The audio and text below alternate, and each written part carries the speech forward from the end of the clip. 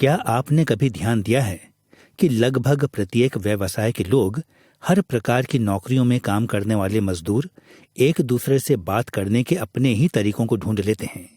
वे ऐसे शब्द और वाक्य बना लेते हैं जो उनके लिए विशेष अर्थ रखते हैं, फिर चाहे दूसरे उन्हें समझ भी ना पाएं कि उनका अर्थ क्या है। चिकित्सक, वकील, कार मैकेनिक, किसान, मिस्त्री, चाहे कोई भी काम करने वाले हों, हम कई बार एक दूसरे से बात करने के विशेष तरीके, यहां तक कि तकनीकी तरीके भी ढूंढ लेते हैं। कई रूपों में विधिवत धर्म विज्ञान में भी ऐसा ही होता है। विधिवत धर्म विज्ञानी अपने धर्म विज्ञान की रचना विशेष प्रकार की शब्दावलियों से करते हैं। वे तकनीकी शब्दों के द्वारा एक दूसरे के साथ बातचीत करने के अपने तरीके बना लेते हैं। यह विधिवत धर्म विज्ञान का निर्माण करने की हमारी श्रृंखला का दूसरा अध्याय है। एक ऐसी श्रृंखला है जिसमें हम यह खोज रहे हैं कि प्रोटेस्टेंट धर्म विज्ञानी विधिवत धर्म विज्ञान की रचना कैसे करते हैं। हमने इस अध्याय का शीर्षक विधिवत प्रक्रियाओं में तकनीकी शब्द दिया है और इस अध्याय में हम कुछ ऐसे तरीकों को देखेंगे जिनमें विशेष शब्द और वाक्य विधिवत धर्म विज्ञानियों को अपना कार्य पूरा करने में योग्य बनाते हैं। हमारा अध्याय 3 मुख्य भागों में विभाजित होगा। पहला, हम विधिवत धर्म विज्ञान में तकनीकी शब्दों की ओर सामान्य दिशा निर्धारण को देखेंगे, अर्थात वे क्या हैं और विधिवत प्रक्रियाओं में उनका क्या स्थान है। दूसरा, हम तकनीकी शब्दों की रचना या बनाए जाने की खोज करेंगे, अर्थात कैसे विधिवत धर्म विज्ञानियों ने बातों के कहने के अपने विशेष तरीकों को ढूंढा है। और तीसरा, हम विधिवत प्रक्रियाओं में तकनीकी शब्दों के मूल्य और खतरों की खोज करेंगे, अर्थात उन तरीकों की जो विधिवत धर्म विज्ञान की रचना करने के हमारे प्रयासों को बढ़ाते या रोकते हैं। आइए तकनीकी शब्दों के मूल दिशा निर्धारण से आरंभ करें।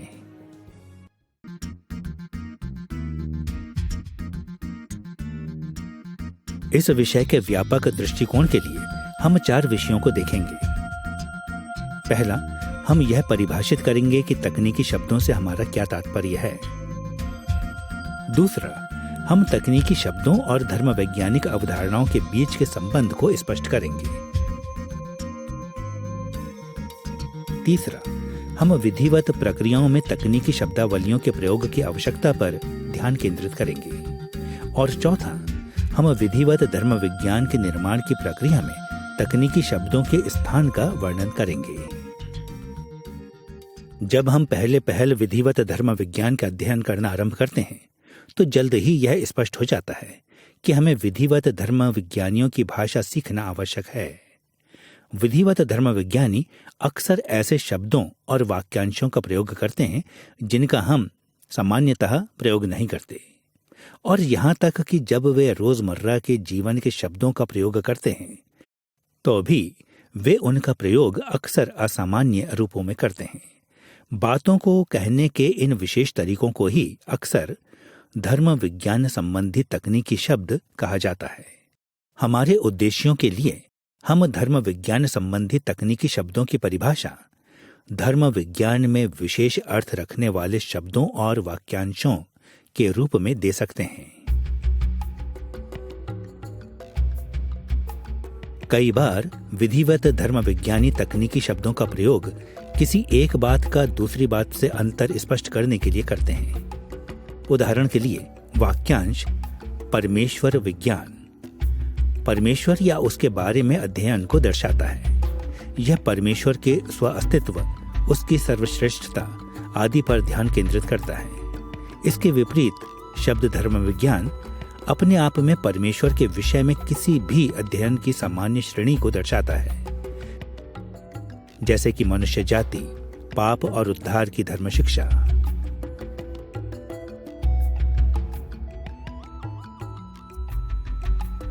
कई बार तकनीकी शब्द जटिल विषयों को एक शब्द या वाक्यांश में संक्षिप्त करने के सुविधाजनक तरीकों को भी प्रस्तुत करते हैं। उदाहरण के लिए तकनीकी शब्द त्रिएकता केवल एक शब्द होते हुए भी बड़ी सुविधा के साथ परमेश्वरत्व की विस्तृत शिक्षाओं का सार प्रस्तुत कर देता है। धर्म वैज्ञानिक विचार विमर्श में त्रिएकता का उल्लेख करना इसकी अपेक्षा कहीं सरल है कि हर बार इस धर्म शिक्षा के विवरणों को स्पष्ट किया जाए। जैसा भी हो, धर्म विज्ञान संबंधी तकनीकी शब्द ऐसे शब्द और वाक्यांश हैं जिनका धर्म विज्ञान में विशेष अर्थ होता है। अब जबकि हमारे पास यह आधारभूत जानकारी है कि तकनीकी शब्द वास्तव में क्या हैं, इसलिए हमें अब एक अन्य विषय की ओर मुड़ना चाहिए, शब्दों और अवधारणाओं के बीच संबंध। जिन शब्दों का हम प्रयोग करते हैं और जिन विचारों या अवधारणाओं को ये शब्द व्यक्त करते हैं, उनके बीच क्या संबंध है, ये कैसे एक दूसरे से मेल खाते हैं।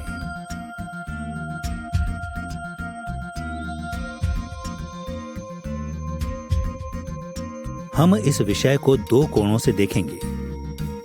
पहला, भाषा में सामान्य रूप से शब्दों और अवधारणाओं के बीच आपसी संबंध, और दूसरा, पवित्र शास्त्र की भाषा में शब्दों और अवधारणाओं के बीच संबंध।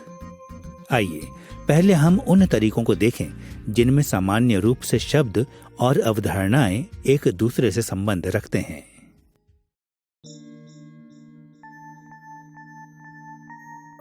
यदि आप अधिकांश लोगों से पूछें कि कैसे शब्द उन अवधारणाओं से संबंध रखते हैं जो उनके मन में हैं, तो शायद वे ऐसा कहें कि प्रत्येक शब्द जिसका वे प्रयोग करते हैं उसका एक संबंधित विचार होता है। अधिकांश लोग ऐसा सोचते हैं कि शब्दों और अवधारणाओं के बीच एक बिल्कुल सीधा संबंध होता है। यह देखना कठिन नहीं है कि लोग ऐसा क्यों सोचते हैं। जब हम छोटे बच्चों को अपने माता पिता की भाषा सीखता हुआ देखते हैं, तो वे अक्सर लोगों, वस्तुओं और छोटे मोटे कार्यों के नामों से सीखना आरंभ करते हैं। एक माता अपनी ओर संकेत करते हुए मम्मी कहती है, या फिर रोटी का एक टुकड़ा अपने हाथों में लेकर कहेगी रोटी। जैसे जैसे समय बीतता जाता है, बच्चे ज्यादा से ज्यादा शब्द सीखते जाते हैं और वे इन शब्दों को ज्यादा से ज्यादा विचारों से जोड़ते हैं। दूसरी भाषा को सीखने वाले वयस्क लोग अक्सर ऐसी ही प्रक्रिया से आरंभ करते हैं, जब वे शब्द शब्द करके एक नई भाषा सीखते हैं। इन प्राथमिक स्तरों पर यह सत्य है कि हम अक्सर एक शब्द को एक अवधारणा के साथ जोड़ते हैं, परंतु जब हम इसके बारे में सोचना बंद कर देते हैं, तो शब्दों और विचारों के बीच का संबंध बहुत जटिल होता है।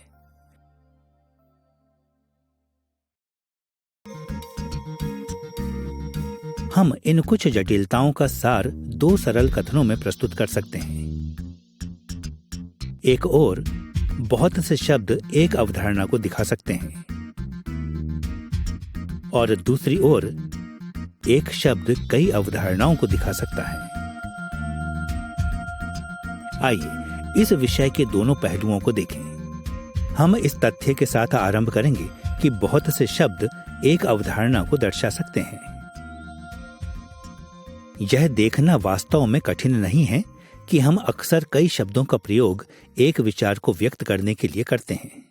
उदाहरण के लिए, मेरी एक बेटी है जिसका नाम बैकी है, और किसी के साथ वार्तालाप करते हुए मैं उसका उल्लेख बैकी, मेरी बेटी, वॉरेन की पत्नी, मैगी की माँ, लिली की माँ, मेरी बच्ची, मेरी इकलौती बच्ची के रूप में कर सकता हूं। इस सूची में और भी उल्लेख जोड़े जा सकते हैं।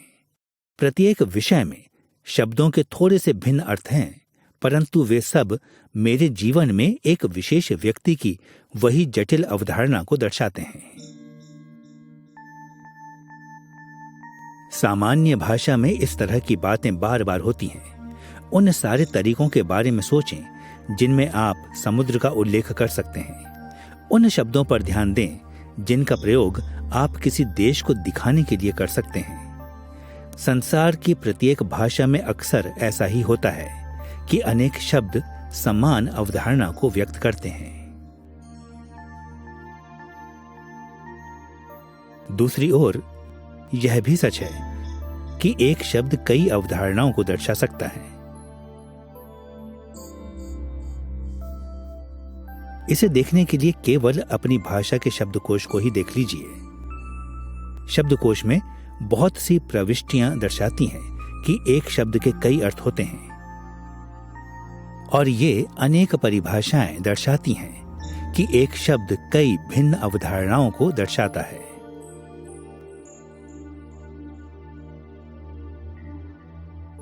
आइए हम रोजमर्रा की बातचीत से एक उदाहरण लें। अंग्रेजी के एक शब्द बार पर ध्यान दें। इस एक शब्द के कई भिन्न अर्थ हो सकते हैं। यह एक खंबा, एक चट्टान, एक निषेध, वकीलों की एक पेशेवर संस्था, भोजन या पेय पदार्थ रखने वाला एक काउंटर और बहुत सी अन्य वस्तुएं हो सकता है। इसे कैसे इस्तेमाल किया जा सकता है, इस बात पर आधारित होकर यह और अन्य शब्द कई भिन्न अवधारणाओं को व्यक्त कर सकते हैं।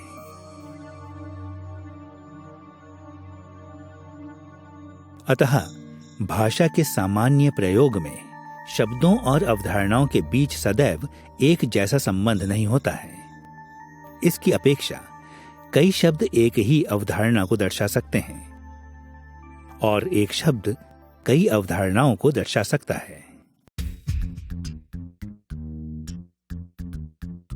अब क्योंकि हमने भाषा के सामान्य प्रयोग में शब्दों और अवधारणाओं के आपसी संबंध के जटिल तरीकों को देख लिया है, इसलिए हमें उन तरीकों की ओर मुड़ना चाहिए जिनमें वे पवित्र शास्त्र की भाषा में संबंध रखते हैं। जब हम बाइबल के साथ व्यवहार करते हैं तो शब्द और अवधारणाएं कैसे एक दूसरे से संबंध रखते हैं?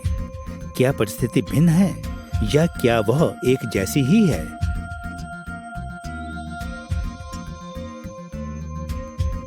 वास्तविकता तो यह है कि अधिकांश बाइबल साधारण भाषा में लिखी गई है।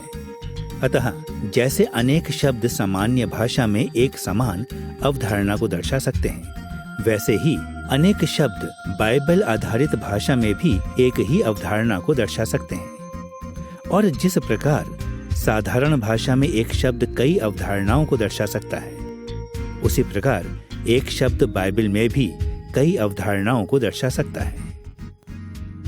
आइए पहले इस वास्तविकता की ओर मुड़ें कि पवित्र शास्त्र में कई शब्द एक ही अवधारणा को दर्शा सकते हैं। भाषा के इस प्रयोग को देखने का एक सरल तरीका मसीही जीवन की अवधारणा को दर्शाने वाले बाइबल आधारित सभी शब्दों को देखना है। एक पल के लिए उन अनेक तरीकों पर ध्यान दें जिनमें केवल एक लेखक प्रेरित पौलुस ने मसीही जीवन का उल्लेख किया है। पहला थिस्सलुनीकियों 4:3 में उसने इसे पवित्रीकरण कहकर पुकारा है। पहला कुरिन्थियों 4:17 में उसने इसे विश्वास योग्यता के रूप में कहा है। रोमियो 16:19 में उसने मसीही जीवन को आज्ञाकारिता के रूप में उल्लिखित किया है। गलातियों 5:25 में उसने इसे आत्मा में चलना के वाक्यांश के रूप में दर्शाया है। और रोमियो 8:29 में उसने इसका वर्णन पुत्र के स्वरूप और दूसरा कुरिन्थियों 3:18 में परिवर्तन के रूप में किया है। इन सारे उदाहरणों में पौलुस मूलतः एक ही विषय में बात कर रहा था। इसे हम मसीही जीवन कह सकते हैं। पवित्र शास्त्र में और भी कई ऐसी अवधारणाएं हैं जिनका विविध तरीकों से उल्लेख किया जाता है। उदाहरण के लिए पवित्र शास्त्र में यीशु के सारे नामों के बारे में सोचें। केवल यीशु या नासरी यीशु के नामों के साथ बुलाए जाने के साथ साथ उसे सामान्य रूप से मसीह या यूनानी में क्रिस्तोस कहकर पुकारा जाता है, जो इब्रानी शब्द मशायाख का यूनानी अनुवाद है, अर्थात अभिषिक्त जन। उसे सामान्यतः प्रेरितों के काम 1:21 में प्रभु और 2 पत्रस 1:11 में उद्धारकर्ता कहकर बुलाया जाता है। इसके अतिरिक्त बाइबल उसे तीतुस 2:13 में परमेश्वर, यूहन्ना 1:1 में वचन, 1 कुरिन्थियों 15:45 में अंतिम आदम, लूका 1:35 में परमेश्वर का पुत्र, मत्ती 21:9 में दाऊद की संतान, लूका 19:38 में राजा, कुलुस्सियों 1:15 में सारी सृष्टि में पहलौठा और 1 तीमुथियुस 2:5 में मध्यस्थ कहकर पुकारती है।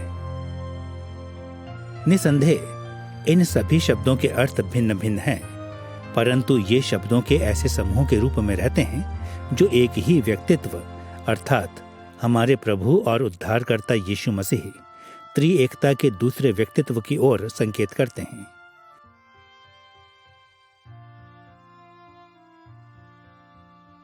अतः हम देखते हैं कि सामान्य भाषा के समान पवित्र शास्त्र अक्सर एक अवधारणा का उल्लेख करने के लिए अनेक शब्दों का प्रयोग करता है।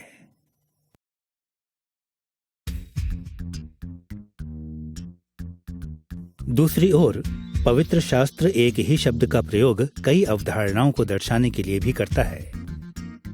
कभी कभी ये ऐसे साधारण शब्द और अवधारणाएं होती हैं जिनका विधिवत धर्म विज्ञान में बहुत ही कम महत्व है, परंतु अक्सर पवित्र शास्त्र एक शब्द का प्रयोग विभिन्न अवधारणाओं को दर्शाने के लिए करता है, यहाँ तक कि तब भी जब ये अवधारणाएं धर्म विज्ञान में बहुत ही महत्वपूर्ण हों। आइए पवित्र शास्त्र के 2 शब्दों पर ध्यान दें जो विधिवत धर्म विज्ञान में एक केंद्रीय भूमिका अदा करते हैं। पहले हम शब्द धर्मी ठहराए जाने को देखेंगे और दूसरा हम शब्द पवित्रीकरण को देखेंगे।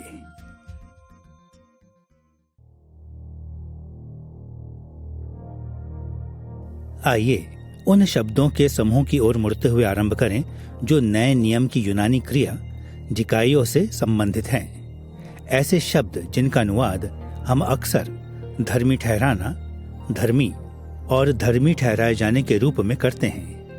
नया नियम धर्मी ठहराए जाने के बारे में बहुत सी बातें कहता है, परंतु हमारे उद्देश्यों के लिए हम केवल 2 ही पदों पर ध्यान देंगे।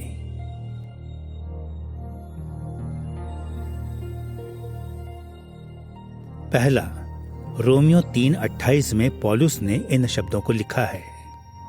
इसलिए हम इस परिणाम पर पहुंचते हैं कि मनुष्य व्यवस्था के कामों से अलग ही विश्वास के द्वारा धर्मी ठहरता है। इस पद में अनुवाद किया गया शब्द धर्मी ठहराना जिकायो से अनुदित है। यहाँ और कई अन्य अनुच्छेदों में पौलुस ने स्पष्ट रूप से डिकायो के बारे में इस रूप में कहा है जो मानवीय योग्यता के बिना केवल विश्वास के द्वारा होता है।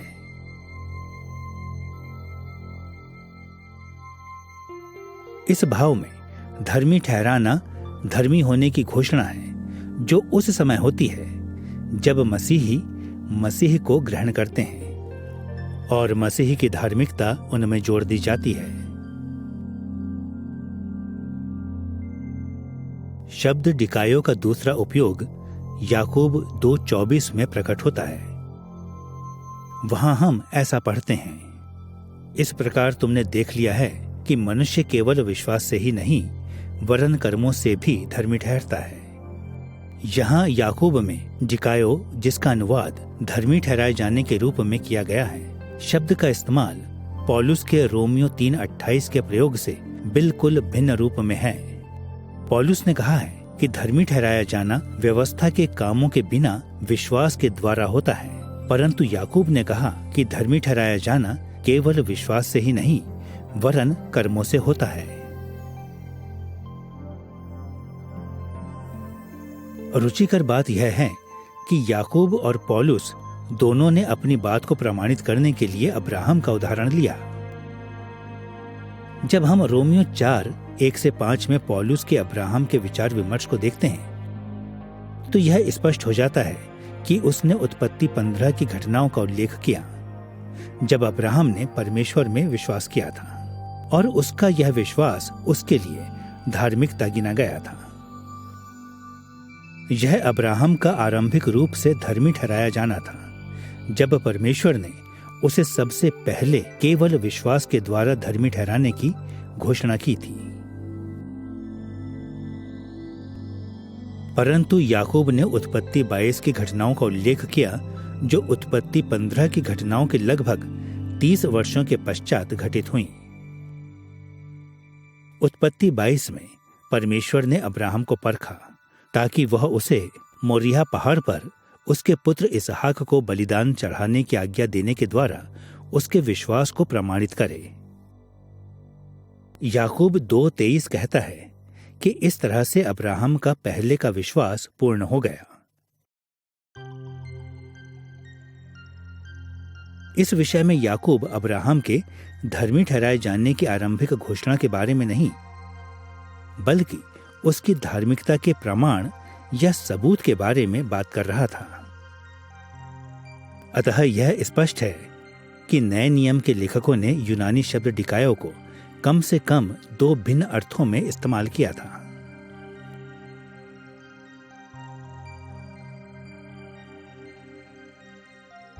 अब जो कुछ हमने धर्मी ठहराए जाने के बारे में देखा है वो असामान्य नहीं है। उदाहरण के लिए यूनानी क्रिया अगियाजो से संबंधित शब्दों के समूह पर ध्यान दें, जिनका अनुवाद अक्सर पवित्र करना, पवित्रीकरण, पवित्र लोगों और यहाँ तक कि पवित्र जैसे शब्दों में किया जाता है। शब्दों का यह समूह नए नियम में प्रयुक्त कई भिन्न अवधारणाओं को दर्शाता है। उदाहरण के द्वारा हम उन 3 भिन्न अवधारणाओं को देखेंगे जिन्हें एक लेखक अर्थात प्रेरित पौलुस ने इस एक शब्द के द्वारा दर्शाया है।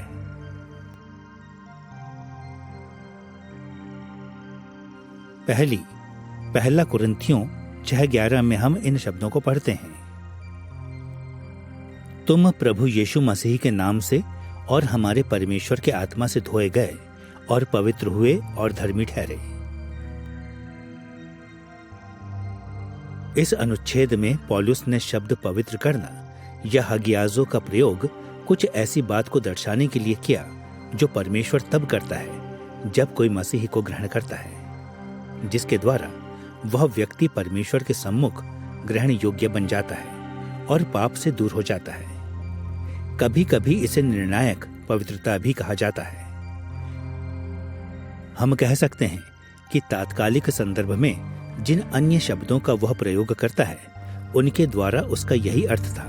उसने कुरिन्थियों के विषय में कहा कि वे पापों से धोए गए अर्थात शुद्ध हो गए, पवित्र किए गए अर्थात परमेश्वर के सम्मुख पवित्र और ग्रहण योग्य बनाए गए, और धर्मी ठहराए गए अर्थात विश्वास के द्वारा धर्मी घोषित किए गए। यहाँ पवित्र किया जाना उस आरंभिक पवित्रीकरण को दर्शाता है जो नए विश्वासी धर्मी घोषित किए जाने के समय प्राप्त करते हैं, जब वे धर्मी बनाए जाते हैं और निर्णायक रूप से मसीह के साथ जोड़े जाते हैं। दूसरा, शब्द पवित्र ठहराया जाना या हगियाजो पहला थिस्सलुनीकियों 4:3 में प्रकट होता है। वहां पौलुस ने ये शब्द लिखे, परमेश्वर की इच्छा यह है कि तुम पवित्र बनो अर्थात व्यभिचार से बचे रहो। इस अनुच्छेद में पौलुस कुछ ऐसी बात का उल्लेख करता है जिसका अनुसरण विश्वासियों को करना चाहिए। कई बार इसे प्रगतिशील पवित्रता कहा जाता है। पौलुस ने स्पष्ट किया कि लैंगिक अनैतिकता से बचे रहने के साथ इसे जोड़ने के द्वारा पवित्र ठहराए जाने का क्या अर्थ है। यहां हगियाजो विश्वासियों द्वारा अपने जीवन भर पाप से बचे रहने की निरंतर चलने वाली प्रक्रिया का उल्लेख है।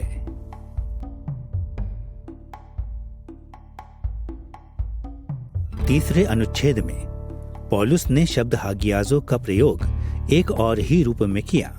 सुनिए, पहला कुरिन्थियों 7:14 में उसने क्या लिखा है, क्योंकि ऐसा पति जो विश्वास न रखता हो वह पत्नी के कारण पवित्र ठहरता है और ऐसी पत्नी जो विश्वास नहीं रखती पति के कारण पवित्र ठहरती है। नहीं तो तुम्हारे बाल बच्चे अशुद्ध होते, परंतु अब तो पवित्र हैं।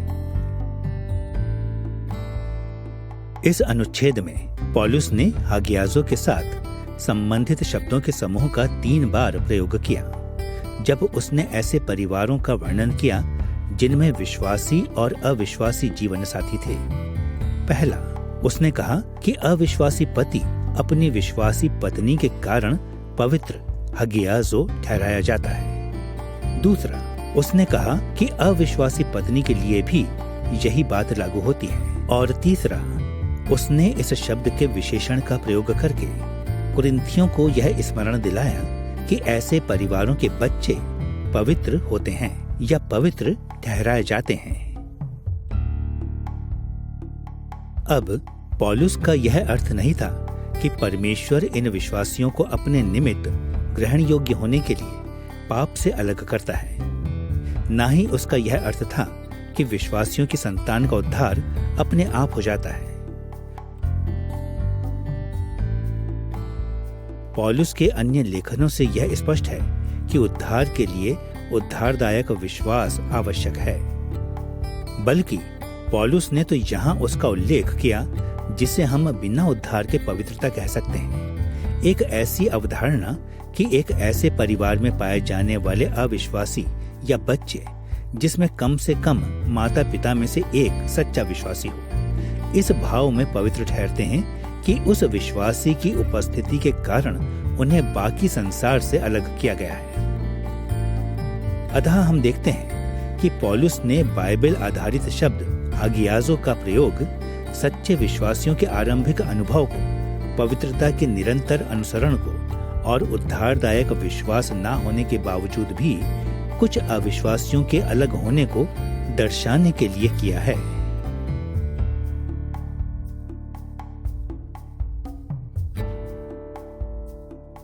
अब जो हमने धर्मी ठहराए जाने और पवित्रीकरण के बारे में देखा है, वही बाइबल में पाए जाने वाले बहुत से अन्य धर्म वैज्ञानिक रूप से महत्वपूर्ण शब्दों के विषय में भी लागू होता है। जैसे सामान्य भाषा में होता है, वैसे ही पवित्र शास्त्र का एक शब्द कई भिन्न अवधारणाओं को दर्शा सकता है।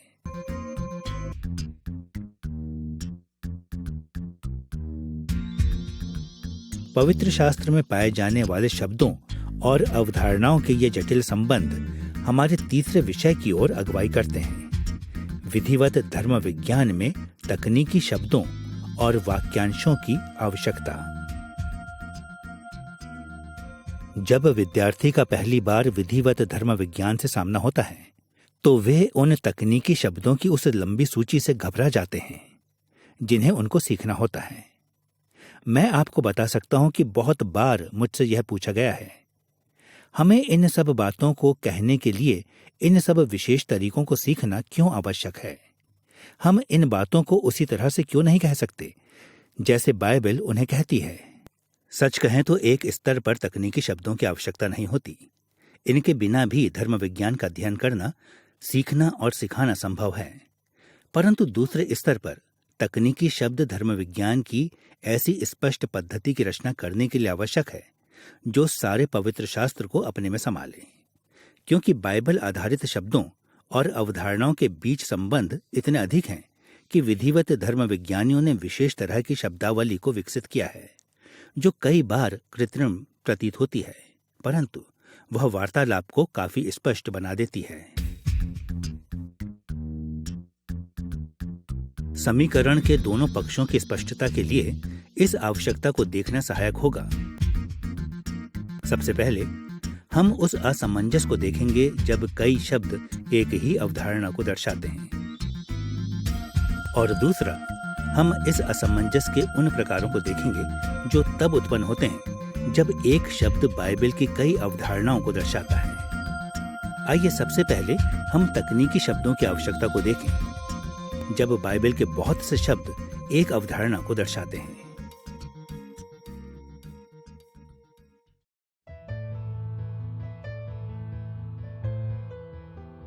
जैसा कि हम देख चुके हैं, बाइबल के लेखक अक्सर कई भिन्न अभिव्यक्तियों में एक समान मूल अवधारणा का उल्लेख करते हैं। अक्सर यह तथ्य विधिवत धर्म विज्ञानियों के लिए उस स्पष्टता तक पहुंचना मुश्किल बना देता है जिस तक वे पहुंचना चाहते हैं। इसलिए विधिवत धर्म विज्ञानी अपने अर्थ को स्पष्ट करने के लिए तकनीकी शब्दों की रचना करते हैं, यह दिखाने के लिए यह कैसे कार्य करता है।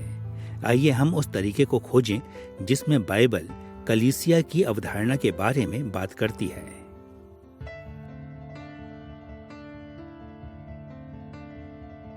कलीसिया की धर्म शिक्षा पर बाइबल की शिक्षा को सामान्यतः कलीसियाई धर्म विज्ञान कहा जाता है।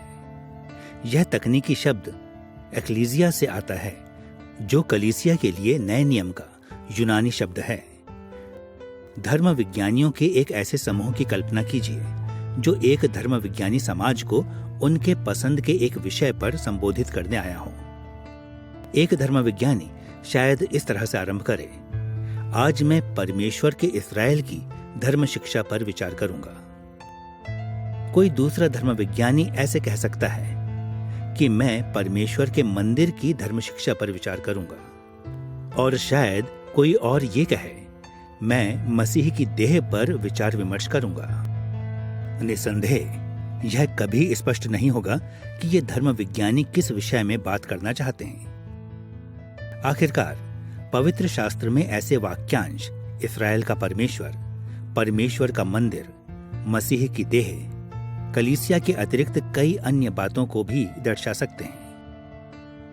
परमेश्वर का इस्राएल का संबंध इस्राएल राष्ट्र से हो सकता है। परमेश्वर का मंदिर पुराने नियम के मंदिर को दर्शा सकता है। मसीह की देह यीशु की भौतिक देह को दर्शा सकता है। कौन इसे स्पष्टता से कह सकता है?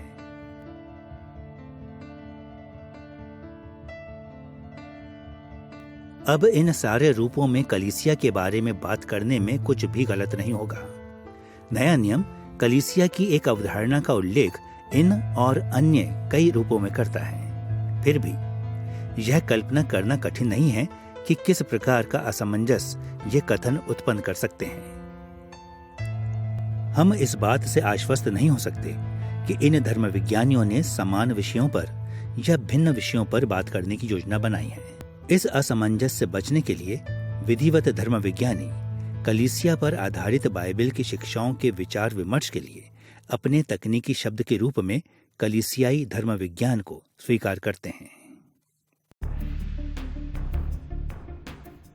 सरल शब्दों में कहें तो असमंजस इसलिए उत्पन्न होता है क्योंकि बाइबल के शब्द एक समान अवधारणा को दर्शाते हैं। परंतु इस असमंजस को तब दूर किया जा सकता है जब धर्म विज्ञानी अपने अर्थों को स्पष्ट करने के लिए तकनीकी शब्दों का प्रयोग करते हैं।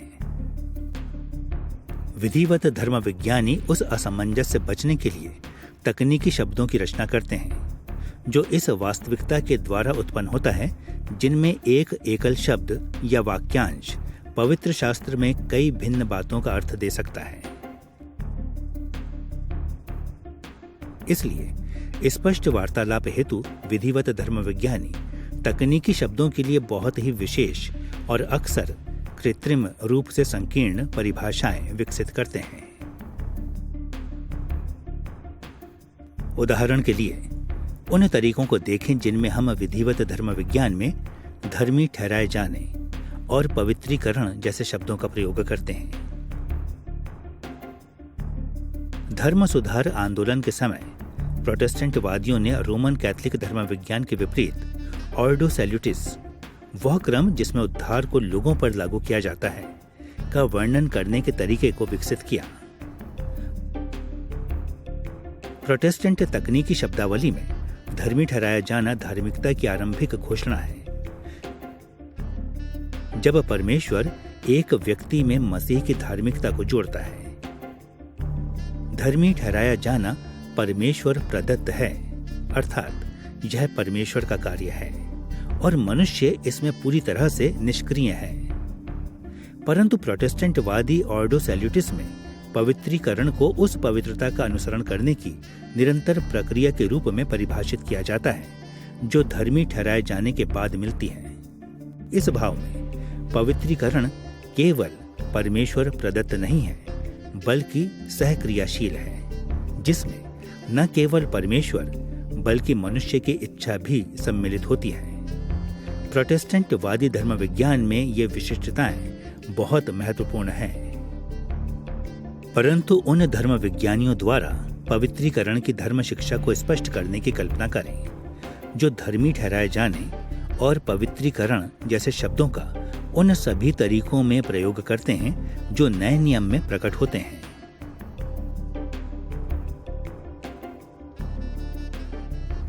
हम धर्म विज्ञानियों से बड़ी आसानी से ये कहने की अपेक्षा कर सकते हैं, पहला, पवित्रीकरण धर्मी ठहराए जाने के बाद होता है। यह कथन उद्धार के प्रोटेस्टेंट क्रम में उपयुक्त बैठता है। परंतु ऐसे धर्म विज्ञानी जो प्रोटेस्टेंटवाद की तकनीकी शब्दावली को बनाए रखने की परवाह नहीं करते, यह भी कह सकते हैं, दूसरा, पवित्रीकरण धर्मी ठहराए जाने के साथ साथ घटित होता है। वे ऐसा इसलिए कह सकते हैं क्योंकि नया नियम शब्द पवित्रीकरण का प्रयोग आरंभिक पवित्रता को दर्शाने के लिए करता है, जो एक व्यक्ति को तब दी जाती है जब वह धर्मी ठहराया जाता है। और वे धर्म विज्ञानी जो प्रोटेस्टेंटवाद की तकनीकी शब्दावली की परवाह नहीं करते हैं, ऐसा भी कह सकते हैं। तीसरा, पवित्रीकरण धर्मी ठहराए जाने के बिना ही होता है।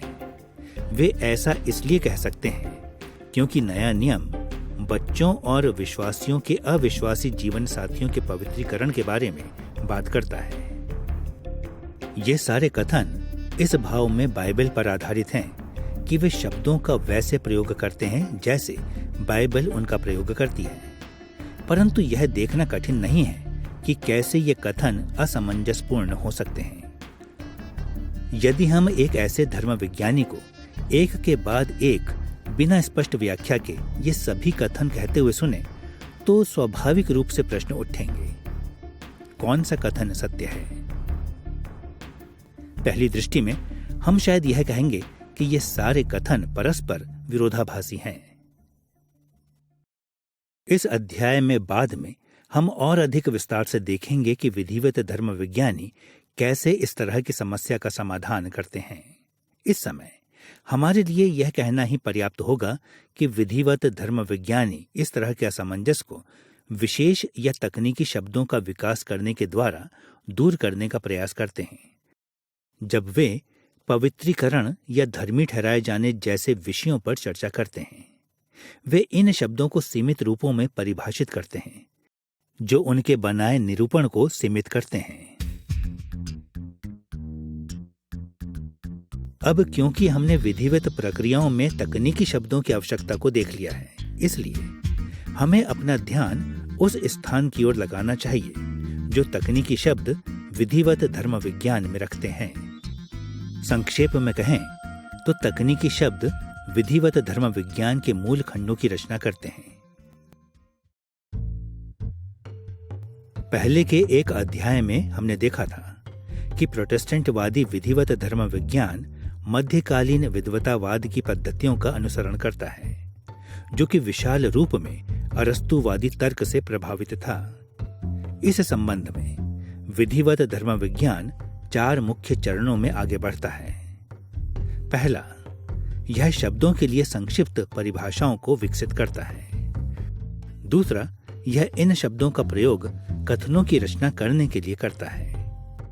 तीसरा, यह इन कथनों का प्रयोग न्याय संगत रूप में धर्म शिक्षा रूपी कथनों की रचना करने में करता है। और चौथा, यह अपने तर्कों को धर्म शिक्षा की एक विवेकपूर्ण पद्धति में व्यवस्थित करता है। यद्यपि कोई भी विधिवत धर्म विज्ञान की रचना करते हुए कड़ाई से इस व्यवस्थित प्रक्रिया का अनुसरण नहीं करता, फिर भी यह रूपरेखा विधिवत प्रक्रियाओं के निर्माण की रणनीति को संक्षेप में दर्शाने का एक सहायक तरीका है।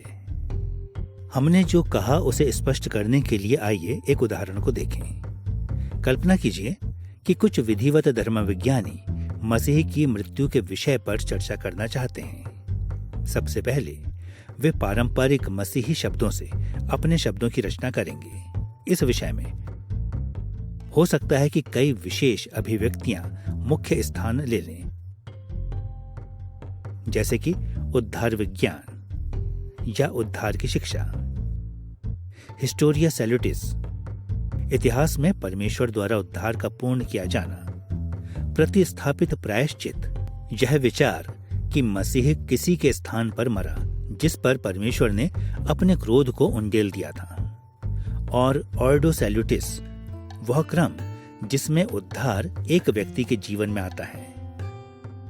वे ऐसे शब्दों का प्रयोग भी कर सकते हैं जैसे बचाने वाला विश्वास, पश्चाताप, क्षमा और निसंदेह मसीह।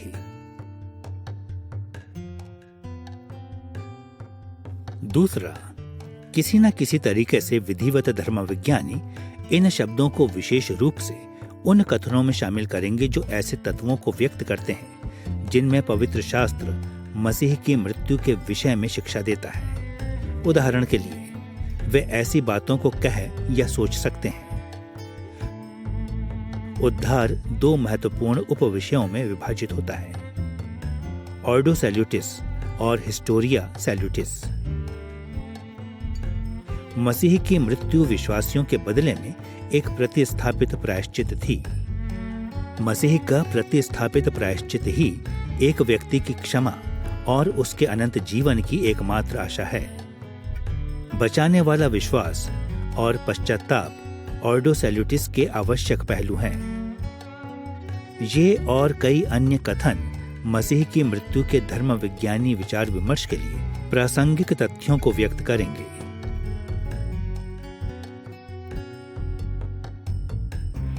तीसरा, विधिवत धर्म विज्ञानी अपने तकनीकी शब्दों और कथनों को एक धर्म शिक्षा रूपी कथन में स्थापित करते हैं जब वे विशेष तथ्यों के बीच तार्किक संबंधों का अनुमान लगाते हैं। उदाहरण के लिए, वे ऐसा एक सार कह या लिख सकते हैं। मसीह की मृत्यु के उद्धार संबंधी महत्व को हिस्टोरिया सैल्यूटिस और ऑर्डो सैल्यूटिस में देखा जाना आवश्यक है। एक और हिस्टोरिया सैल्यूटिस अर्थात उद्धार का इतिहास मसीह की मृत्यु में अपने चरमोत्कर्ष पर पहुंच गया था। उसकी मृत्यु पापों की अनंत क्षमा के लिए एक प्रतिस्थापित प्रायश्चित थी। दूसरी ओर, कोई भी व्यक्ति वास्तव में तब तक क्षमा प्राप्त नहीं करता और बचाया नहीं जाता जब तक मसीह के प्रायश्चित के प्रभावों को ऑर्डो सैल्यूटिस में उस पर लागू नहीं किया जाता। जब लोग क्षमा के लिए व्यक्तिगत रूप से बचाने वाले विश्वास और मसीह में भरोसे के द्वारा अपने पाप का पश्चाताप करते हैं, तो वे अनंत जीवन को प्राप्त करते हैं। अंत में, मसीह के प्रायश्चित के बारे में ये तकनीकी शब्द, कथन और शिक्षा रूपी कथन विधिवत धर्म विज्ञानियों की अगुवाई एक विशाल दृष्टिकोण की ओर करेंगे।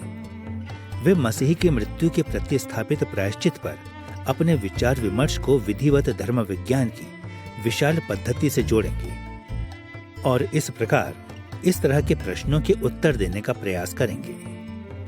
मसीह की मृत्यु किस प्रकार उद्धार विज्ञान के व्यापक चित्र में उपयुक्त बैठती है? उद्धार विज्ञान किस प्रकार परमेश्वर विज्ञान, मानव विज्ञान, कलीसिया शास्त्र और युगांत विज्ञान से संबंध रखता है? विधिवत धर्म विज्ञान के निर्माण की प्रक्रिया को देखना कुछ हद तक बनावटी ही है। वास्तविक प्रक्रिया में ये सारे चरण परस्पर बहुत अधिक निर्भर हैं और परस्पर आदान प्रदान के बहुत से जालों का निर्माण करते हैं। जब धर्म विज्ञानी वास्तव में विधिवत धर्म विज्ञान का निर्माण करते हैं तो वे हर समय इन चारों चरणों में शामिल रहते हैं, परंतु उस क्रम की परवाह किए बिना जिसमें धर्म विज्ञानी वास्तव में कार्य करते हैं, यह विषय फिर भी बना रहता है कि तकनीकी शब्द विधिवत धर्म विज्ञान के अधिकांश मूल खंडों या इकाइयों का निर्माण करते हैं।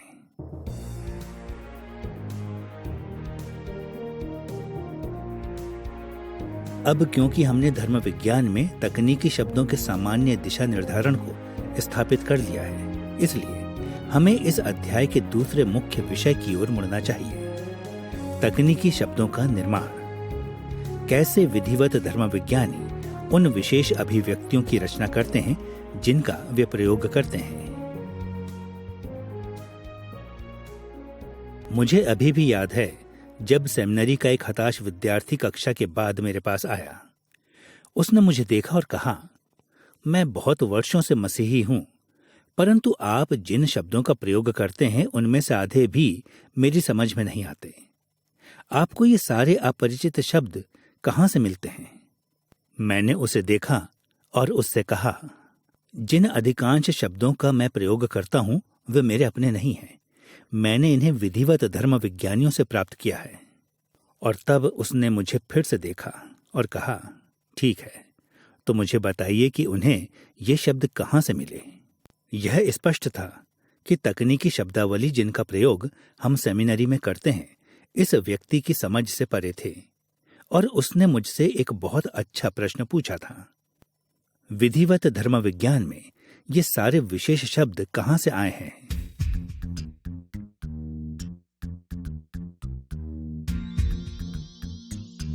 वास्तव में विधिवत धर्म विज्ञान में तकनीकी शब्दों की रचना कई तरीकों से की जाती है। इनमें विकसित होने के कुछ मुख्य तरीकों की खोज करने के लिए हम 2 दिशाओं में देखेंगे। पहला, हम यह देखेंगे कि विधिवत धर्म विज्ञान में बहुत से तकनीकी शब्द बाइबल आधारित शब्दों से आते हैं, और दूसरा, हम देखेंगे कि कई अन्य तकनीकी शब्द वास्तव में बाइबल आधारित स्रोतों के बाहर से आते हैं। आइए सबसे पहले हम कुछ ऐसे तरीकों को देखें जिनमें विधिवत धर्म विज्ञानी अपनी विशेष शब्दावली की रचना बाइबल पर आधारित होकर करते हैं।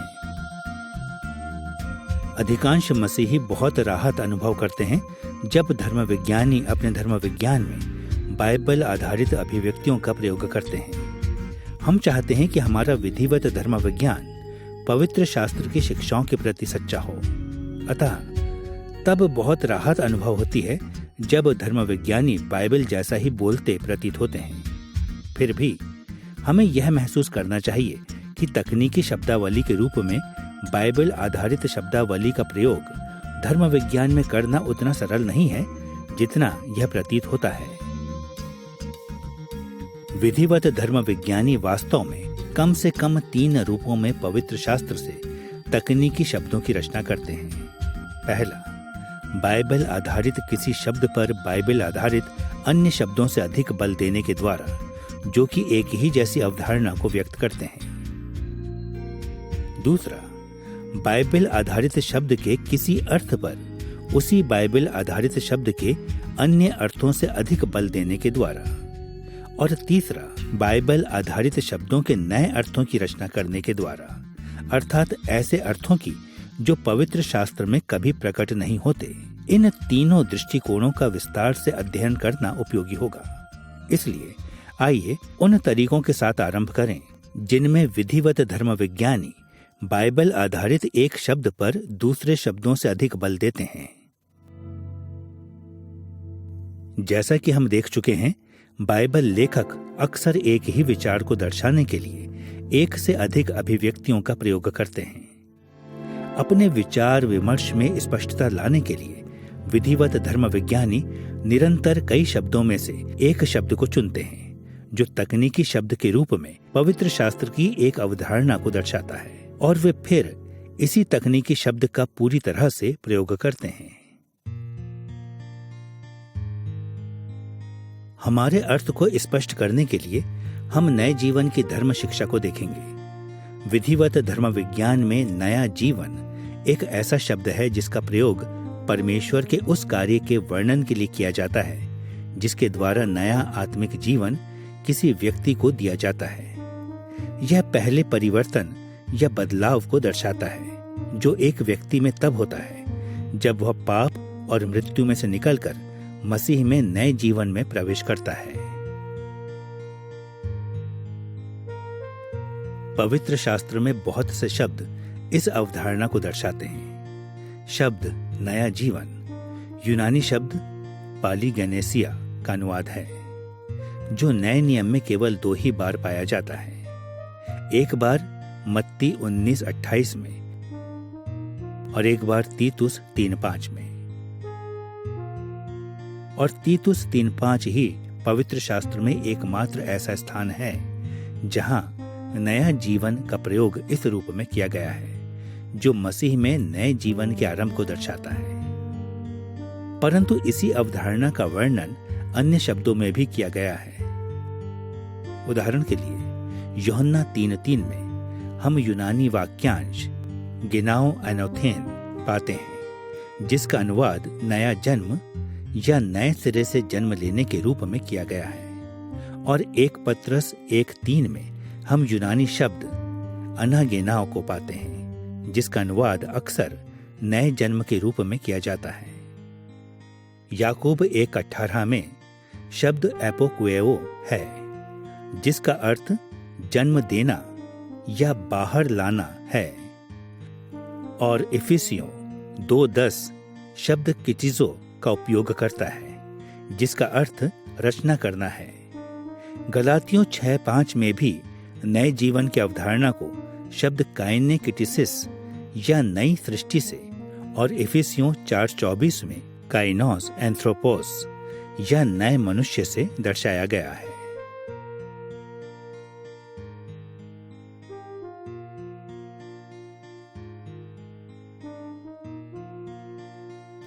यद्यपि बहुत से शब्द एक समान अवधारणा को दर्शाते हैं, फिर भी विधिवत धर्म विज्ञानी इन सब का उल्लेख नए जीवन के शीर्षक के अंतर्गत ही करते हैं। इस अवधारणा के लिए अन्यों की अपेक्षा इस बाइबल आधारित शब्द का चुनाव सरलता और स्पष्टता के लिए किया गया है।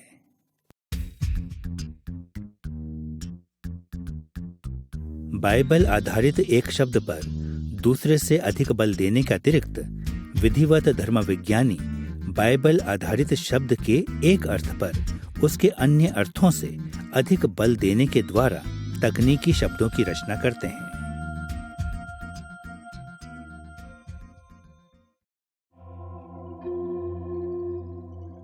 जैसा कि हम देख चुके हैं, पवित्र शास्त्र के लेखक अक्सर एक ही शब्द का प्रयोग कई भिन्न अर्थों के लिए करते हैं। ऐसी परिस्थिति द्वारा लाए गए असमंजस को दूर करने का एक तरीका जिसका प्रयोग विधिवत धर्म विज्ञानी करते हैं वह है बाइबल आधारित एक शब्द के अर्थ पर उसके अन्य अर्थों से अधिक बल देना।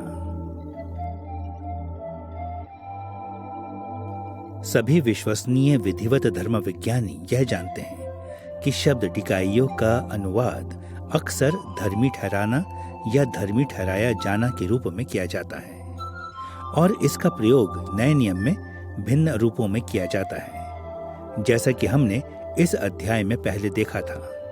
यह कम से कम 2 भिन्न अवधारणाओं को दर्शाता है। रोमियो 3:28 में यह केवल विश्वास के द्वारा धार्मिकता की आरंभिक घोषणा को दर्शाता है। वहीं याकूब 2:24 में यह कामों के द्वारा विश्वास के प्रमाण या सबूत को दर्शाता है।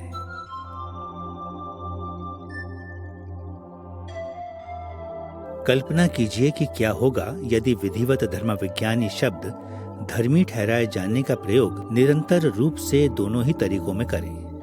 यदि उनसे पूछा जाए कैसे एक व्यक्ति धर्मी ठहराया जाता है, उनमें से एक का कहना शायद यह होगा, मनुष्य केवल विश्वास के द्वारा धर्मी ठहराया जाता है, न कि कामों के द्वारा। पर दूसरा शायद यह कहे, मनुष्य कामों के द्वारा धर्मी ठहराया जाता है, न कि केवल विश्वास के द्वारा। इस तरह की धर्म विज्ञानी वार्तालाप जल्दी ही भ्रामक बन जाएगी। विधिवत धर्म विज्ञानियों द्वारा इस असमंजस को दूर करने का एक तरीका डिकाइयो शब्द के बाइबल आधारित एक अर्थ पर उसके दूसरे अर्थों से अधिक बल देने के द्वारा धर्मी ठहराए जाने को धर्म विज्ञानी तकनीकी शब्द में परिवर्तित कर देना है। रोमन कैथोलिक कलीसिया की झूठी शिक्षाओं के प्रत्युत्तर में प्रोटेस्टेंट वादियों ने धर्मी ठहराए जाने की धार्मिकता की उद्घोषणा के अर्थ पर बल दिया है।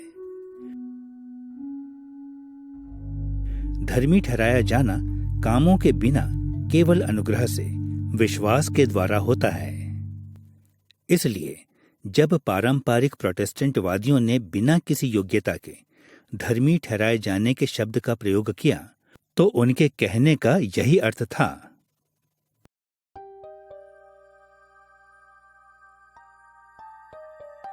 अतः हम देखते हैं कि विधिवत धर्म विज्ञानी शब्द के एक अर्थ पर उसके दूसरे अर्थों से अधिक बल देने के द्वारा उस असमंजस पर विजय प्राप्त कर लेते हैं जो बाइबल के शब्दों के भिन्न अर्थों से उत्पन्न होता है। यह चुनाव तब उस अभिव्यक्ति को तकनीकी धर्म विज्ञानी शब्द होने का महत्व प्रदान करता है।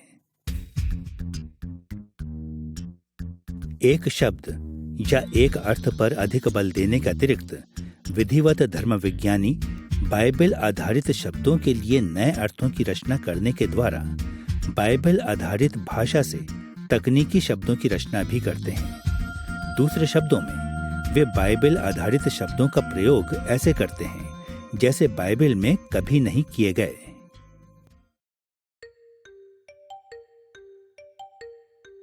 बाइबल आधारित शब्दों के लिए नए अर्थों की रचना करने का एक जाना पहचाना उदाहरण तकनीकी धर्म विज्ञानी अभिव्यक्ति अनुग्रह की वाचा का है।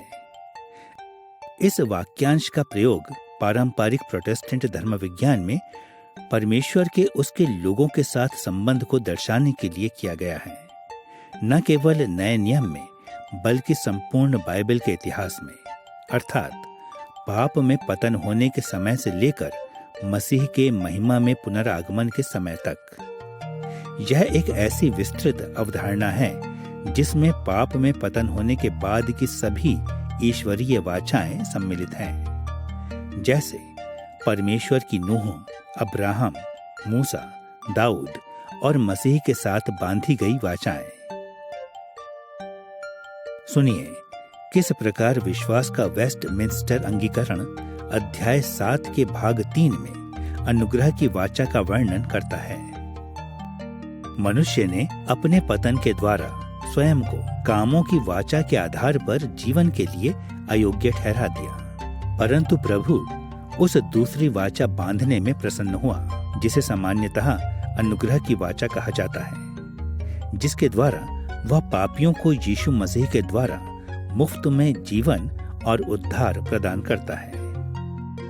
ध्यान दें कि अंगीकरण यह सुझाव नहीं देता कि शब्द समूह अनुग्रह की वाचा बाइबल में पाया जाता है। अब यह स्पष्ट है कि शब्द वाचा और अनुग्रह बाइबल आधारित शब्द हैं, परंतु वे पवित्र शास्त्र में इस तकनीकी अर्थ के साथ एक दूसरे के साथ जुड़कर प्रकट नहीं होते। फलस्वरूप अंगीकरण कहता है कि इस वाचाई प्रबंध को सामान्यतः अनुग्रह की वाचा कहा जाता है। पिता और पुत्र परमेश्वर के बीच का वह संबंध जो बाइबल के संपूर्ण इतिहास में प्रकट होता रहता है, उसे सामान्यतः धर्म विज्ञानियों के द्वारा इस रूप में कहा जाता है, परंतु बाइबल के द्वारा नहीं।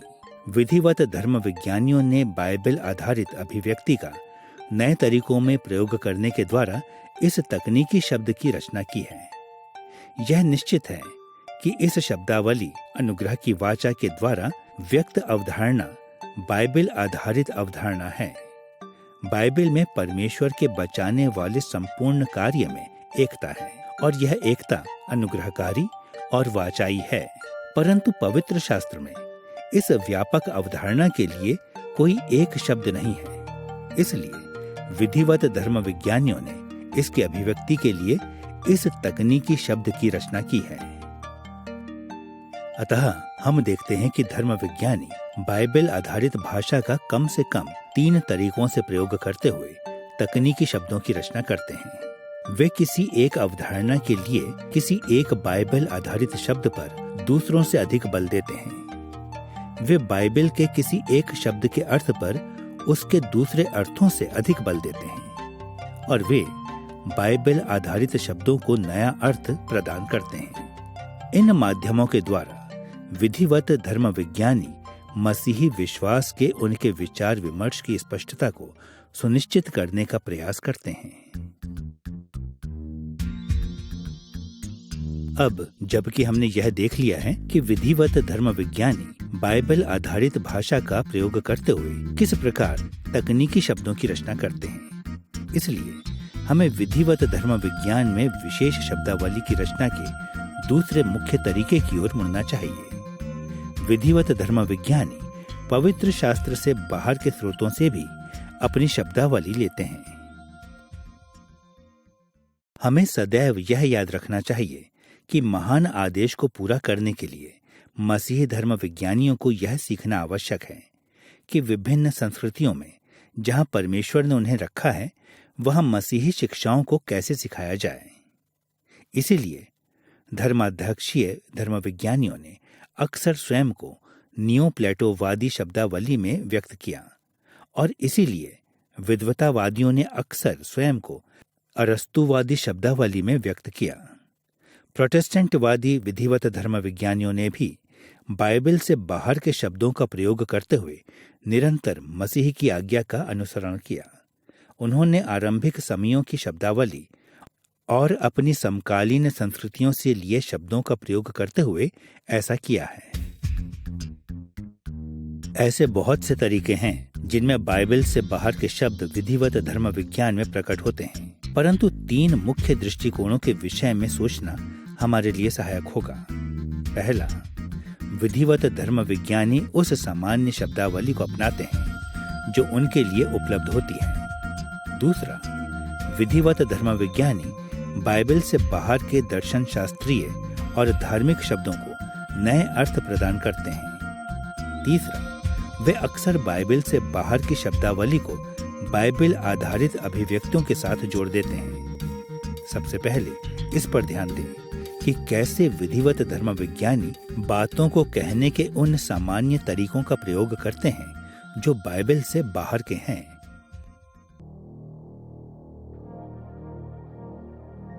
विधिवत धर्म विज्ञानी जब पवित्र शास्त्र की शिक्षाओं को स्पष्ट करते हैं तो उनके द्वारा बाइबल से बाहर की शब्दावली से शब्दों को लेने का शायद सबसे सरल तरीका उनकी संस्कृतियों की सामान्य शब्दावली को अपनाने का है। धर्माध्यक्षीय समय में शब्दों और वाक्यों का यह समूह व्यापक रूप से यूनानी भाषा से आया, जो उस समय के भूमध्य सागरीय संसार में मसीही विद्वानों की प्राथमिक भाषा थी। मध्यकालीन समय में मसीही विद्वानों की प्राथमिक भाषा लैटिन हो गई थी। आधुनिक समय में मसीहियों ने ऐसी संस्कृतियों की विभिन्न भाषाओं के शब्दों का प्रयोग किया है जिनमें मसीहियत ने विशेष स्थान बनाया है।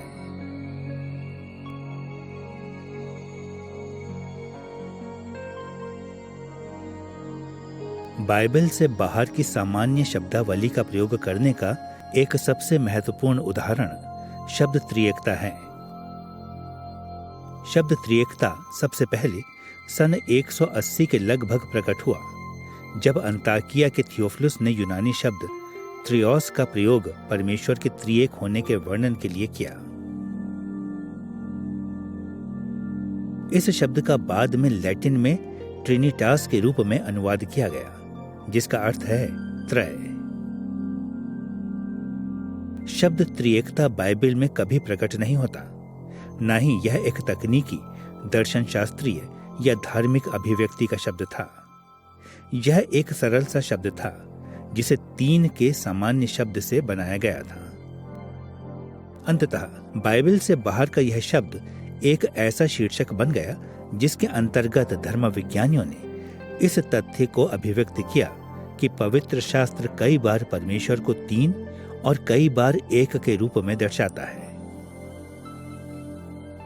जैसा कि सन 381 में कॉन्स्टेंटिनोपल की प्रथम परिषद के बिशप ने लिखा, पिता, पुत्र और पवित्र आत्मा का एक ही ये परमेश्वरत्व, सामर्थ्य और तत्व है। उनका एक ऐसा गौरव है जो एक जैसे सम्मान और समान अनंत प्रभुत्व के योग्य है। वे 3 सबसे सिद्ध सार तत्वों या 3 सिद्ध व्यक्तित्वों में हैं। अतीत और वर्तमान में कलीसिया ने पिता, पुत्र और पवित्र आत्मा के संबंधों के बारे में कई झूठी शिक्षाओं का सामना किया है। सरल शब्दों में कहें तो कुछ समूहों ने पिता, पुत्र और पवित्र आत्मा के एकत्व पर आवश्यकता से अधिक बल देने का प्रयास किया है, तो अन्यों ने उनकी भिन्नता पर आवश्यकता से अधिक बल दिया है।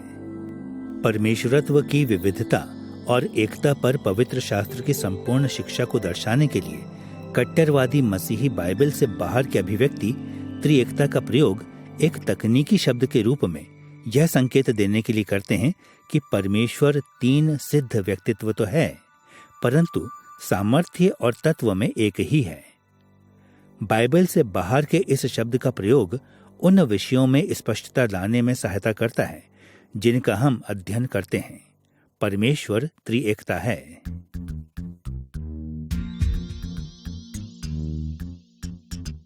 दूसरा, विधिवत धर्म विज्ञानी गैर मसीही दर्शन शास्त्रीय और धार्मिक विचार विमर्शों में प्रयोग की जाने वाली बाइबल से बाहर की शब्दावली के लिए नए अर्थों की रचना भी करते हैं। वे इन शब्दों को अपनाते हैं और इनके अर्थों में संशोधन कर देते हैं ताकि वे मसीही शिक्षा के अनुरूप हों और उसे स्पष्ट करें। सुसमाचारिक मसीही विश्वासी अक्सर तब आपत्ति करते हैं जब उन्हें महसूस होता है कि विधिवत धर्म विज्ञान में बहुत से शब्द बाइबल से बाहर के धार्मिक और दर्शन शास्त्रीय स्रोतों से आए हैं। इसलिए हमें यहां रुककर एक दो टिप्पणियां देनी चाहिए। हमारा डर उचित है कि धर्म विज्ञानी ऐसे शब्द का प्रयोग करने के द्वारा भटकाए जा सकते हैं जो बाइबल में नहीं पाया जाता। वास्तव में हमें सदैव मसीही धर्म विज्ञान में झूठे गैर मसीही विचारों के घुस आने के विरुद्ध सचेत रहना आवश्यक है।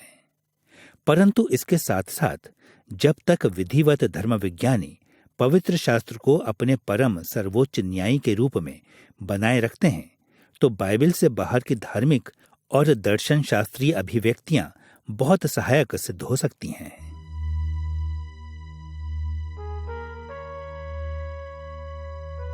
बाइबल के एक चरित्र का उदाहरण जो ठीक ऐसा ही करता है प्रेरितों के काम 17 में पाया जाता है। यह एक जाना पहचाना अनुच्छेद है जहां पौलुस ने एथेंस में अरियुपगुस की भीड़ को संबोधित किया था। अपने संबोधन में एक स्थान पर पौलुस ने सकारात्मक रूप से यूनानी कवियों को उद्धृत किया था।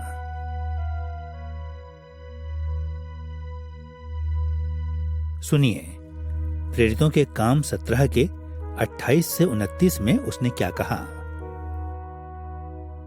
जैसा तुम्हारे कितने कवियों ने भी कहा है, हम तो उसी के वंशज हैं। अतः परमेश्वर का वंश होकर हमें यह समझना उचित नहीं कि ईश्वरत्व सोने या रुपए या पत्थर के समान है जो मनुष्य की कारीगरी और कल्पना से गढ़े गए हों।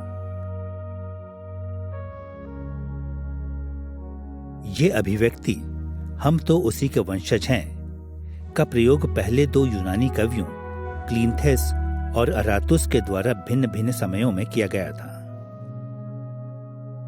परंतु पौलुस ने बड़े आत्मविश्वास के साथ इस गैर यहूदी अभिव्यक्ति को अपनी अभिव्यक्ति के रूप में ले लिया और पद 29 में यह कहा, इसलिए क्योंकि हम तो परमेश्वर के वंशज हैं। अब क्लिंथेस और अरातुस ने वास्तव में यूनानी देवताओं के मुखिया जियस का उल्लेख किया था, न कि बाइबल के परमेश्वर का। परंतु पौलुस ने इन यूनानी कवियों की शब्दावली को एक विशिष्ट मसीही अर्थ दिया और इस बात पर बल दिया कि वह मसीही परमेश्वर था जिसने मनुष्य जाति की सृष्टि की थी, न कि जियस। पौलुस के उदाहरण का अनुसरण करते हुए विधिवत धर्म विज्ञानी यदि बाइबल आधारित अवधारणाओं को दर्शाने के लिए उन्हें पुनः परिभाषित करें, तो वे कभी कभी गैर मसीही धार्मिक और दर्शन शास्त्रीय शब्दावली को ले सकते हैं।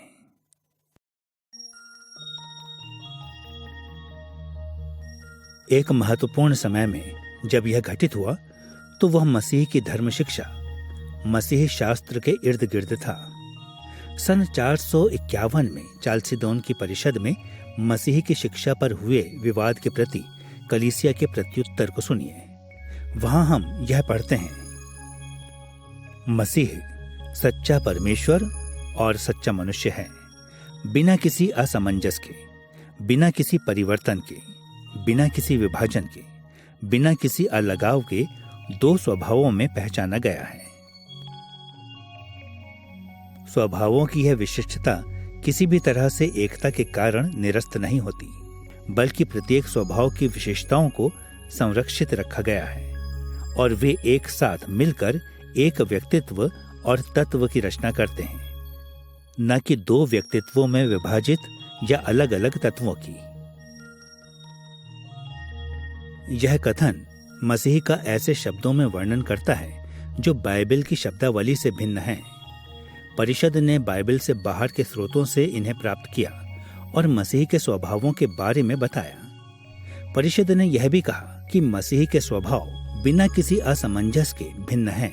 यह भी कि वे बिना किसी परिवर्तन के हैं और एक दूसरे के द्वारा बदले नहीं जाते हैं, परंतु वे फिर भी बिना किसी विभाजन, बिना किसी अलगाव के मसीह में एक व्यक्तित्व के रूप में एकता में अटूट रूप से जुड़े हुए हैं। सच्चाई तो यह है कि शब्द व्यक्तित्व, जैसा कि इस संदर्भ में प्रयोग किया गया है, शायद उस समय की ऐसी वैधानिक शब्दावली से लिया गया हो जिसमें एक व्यक्तित्व व्यक्तिगत पहचान का एक कानूनी शब्द था। तकनीकी भाषा पवित्र शास्त्र से निकलकर नहीं आई, परंतु यह पवित्र शास्त्र के प्रति सच्ची थी और यह सटीकता के साथ मसीह के बारे में कलीसिया की धर्म शिक्षा को बताने के लिए आवश्यक थी।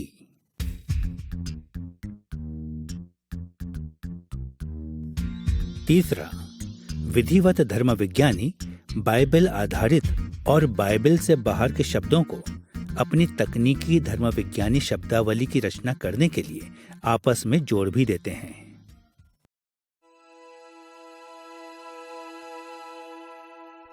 इस तरह का संयोजन कई भिन्न तरीकों से होता है। कुछ दूसरों की अपेक्षा अधिक महत्वपूर्ण होते हैं, परंतु इसका एक स्पष्ट उदाहरण पवित्रीकरण की धर्म शिक्षा में पाया जा सकता है। जैसा कि हम इस अध्याय में देख चुके हैं, शब्द पवित्रीकरण का प्रयोग नए नियम में भिन्न तरीकों से हुआ है। शब्द के इन प्रयोगों ने पवित्रीकरण शब्द, जो कि बाइबल से आता है, को उन विशेषणों के साथ संयोजित करने का अवसर उत्पन्न किया है जो बाइबल में से नहीं है। पहले खंड में हमने देखा है कि पहला कुरिन्थियों 6:11 में क्रिया हागियाजो उस परिवर्तन को दर्शाती है जो कि एक व्यक्ति में तब आता है जब वह मसीह में पहली बार विश्वास करता है। दूसरे खंड में हमने देखा है कि पहला थिस्सलुनीकियों 4:3 क्रिया हागियाजो का प्रयोग पवित्रता के उस निरंतर होने वाले विकास के लिए करता है जिसका अनुभव मसीहियों को उनके दिन प्रतिदिन के जीवन में करना है। विधिवत धर्म विज्ञानियों ने पवित्रीकरण के विभिन्न प्रकारों के बारे में बोलने के द्वारा पवित्रीकरण की धर्म शिक्षा के प्रति स्पष्टता को प्रकट किया है कि वे एक व्यक्ति के द्वारा पहल विश्वास करने पर हुए पवित्रीकरण को स्थायी पवित्रीकरण कहते हैं। इसमें वे बाइबल आधारित शब्द पवित्रीकरण के साथ बाइबल से बाहर के शब्द स्थायी को यह दर्शाने के लिए जोड़ देते हैं कि इस प्रकार का पवित्रीकरण सदैव के लिए एक ही बार होता है और यह एक व्यक्ति को पवित्रता की दशा अर्थात संसार से अलगाव और परमेश्वर के प्रति पवित्र होने की ओर ले जाता है। शब्द प्रगतिशील पवित्रीकरण का प्रयोग पवित्रता में बढ़ते रहने के लिए निरंतर प्रगतिशील अनुभव, संसार से अलग होने और परमेश्वर के प्रति पवित्रता में बढ़ने को दर्शाने के लिए किया जाता है। इस विषय में शब्द पवित्रीकरण बाइबल से आता है, परंतु शब्द प्रगतिशील बाइबल के बाहर से आता है। जैसा कि आप कल्पना कर सकते हैं कि संयोजित तकनीकी शब्द बहुत अधिक उपयोगी हो सकते हैं। पवित्रीकरण के बारे में केवल बोलने की अपेक्षा इस तरह की योग्यताएं यह स्पष्ट करने में सहायता करती हैं कि धर्म विज्ञानियों के कहने का क्या अर्थ है। वे पवित्र शास्त्र में पवित्रीकरण शब्द के विभिन्न प्रयोगों में भिन्नता करने के लिए उनकी सहायता करती हैं। अतः हम देखते हैं कि विधिवत धर्म विज्ञानी दो मूलभूत रूपों में तकनीकी शब्दों की रचना करते हैं। वे पवित्र शास्त्र से लेते हैं और वे बाइबल के बाहर से इन्हें लेते हैं। इन माध्यमों के द्वारा धर्म विज्ञानी ऐसे शब्दों को प्रदान करते हैं जो उनके विचार विमर्शों को स्पष्ट करते हैं और विधिवत धर्म विज्ञान के निर्माण के लिए मूल खंडों के रूप में कार्य करते हैं।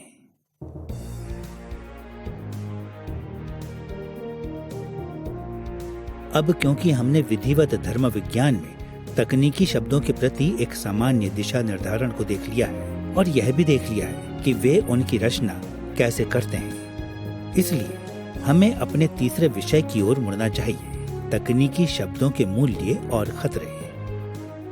विधिवत धर्म विज्ञान में पाए जाने वाले विशेष शब्दों और वाक्यों के द्वारा किन लाभों और हानियों को प्रस्तुत किया जाता है। हमारे अध्याय के इस समय तक मैं आश्वस्त हूं कि तकनीकी शब्दों के इस पूरे विषय के बारे में आप में से कईयों में भिन्न भिन्न भावनाएं होंगी। शायद आप में से कुछ उनके बारे में जितना ज्यादा हो सके उतना सीखने के लिए तैयार हों, और वहीं अन्य लोग इससे चकित हों कि क्या इतनी जटिल बातों को सीखने में इतनी परेशानियां उठाना उचित है भी या नहीं। जैसा कि हम देखेंगे, यह महत्वपूर्ण है कि इस बात को ना तो आवश्यकता से अधिक और ना ही आवश्यकता से कम महत्व दिया जाना चाहिए कि विधिवत धर्म विज्ञान में तकनीकी भाषा हमारी सहायता कैसे कर सकती है। एक संतुलित दृष्टिकोण सकारात्मक और नकारात्मक दोनों होगा, क्योंकि तकनीकी शब्द महत्वपूर्ण लाभों या हानियों को प्रस्तुत करते हैं। इस विषय पर और खोज करने के लिए हम विधिवत प्रक्रियाओं की विशेष शब्दावली को देखेंगे, जब यह मसीही धर्म विज्ञान के निर्माण करने के लिए 3 मुख्य स्रोतों से संबंधित है। दूसरे अध्यायों में हमने यह सुझाव दिया है कि परमेश्वर ने मसीहियों को विशेष और सामान्य प्रकाशन से सीखने के 3 मुख्य तरीके प्रदान किए हैं। हम पवित्र शास्त्र की सावधानी से की गई ऐसी व्याख्या से विशेष प्रकाशन की समझ प्राप्त करते हैं, जो मसीही धर्म विज्ञान के निर्माण का महत्वपूर्ण स्रोत है। इसके साथ साथ परमेश्वर ने हमें 2 अन्य स्रोतों पर ध्यान देने के द्वारा सामान्य प्रकाशन से लाभ लेने के लिए भी बुलाया है। हम दूसरे लोगों, विशेषकर मसीहियों से सीखने के द्वारा सामान्य प्रकाशन के एक पहलू पर ध्यान केंद्रित करते हैं, और हम मसीही जीवन और मसीह के लिए जीने के हमारे व्यक्तिगत अनुभव पर ध्यान देने के द्वारा सामान्य प्रकाशन के एक अन्य महत्वपूर्ण पहलू पर ध्यान केंद्रित करते हैं, जब हम अपने व्यक्तिगत पवित्रीकरण में बढ़ने का प्रयास करते हैं। क्योंकि ये स्रोत किसी भी दिए गए विश्वास पर हमें जानकारी प्रदान करते हैं, इसलिए इनकी खोज करना एक उत्तरदायी मसीही धर्म विज्ञान का निर्माण करने में हमारी सहायता करता है। व्याख्या के साक्ष्यों के रूप में समुदाय में सहभागिता और मसीही जीवन किसी एक विशेष विषय पर सामंजस्यपूर्ण और महत्वपूर्ण होते हैं, तो उस विषय के लिए हमारी दृढ़ता और भरोसे का स्तर सामान्य रूप से बढ़ जाना चाहिए। परंतु जब ये साक्ष्यां असामंजस्यपूर्ण और कम महत्वपूर्ण होती हैं, तो किसी दिए गए विषय पर हमारी दृढ़ता और भरोसे के स्तर सामान्यतः निम्न हो जाने चाहिए। जब हम मसीही धर्म विज्ञान का निर्माण करते हैं, तो ये परस्पर निर्भर रहने वाले स्रोत, व्याख्या, समुदाय में सहभागिता और मसीही जीवन हमारी असंख्य रूपों में सहायता करते हैं।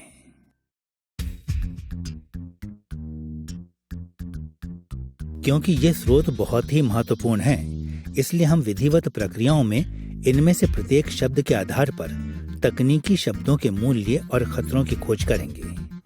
हम सबसे पहले तकनीकी शब्दों और मसीही जीवन को देखेंगे। दूसरा, हम समुदाय की सहभागिता के संबंध में तकनीकी शब्दों की खोज करेंगे।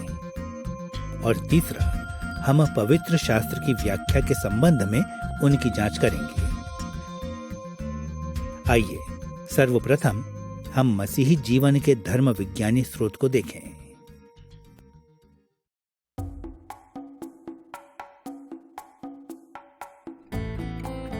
आपको पिछले अध्याय से याद होगा कि मसीही जीवन व्यक्तिगत पवित्रीकरण की प्रक्रिया है।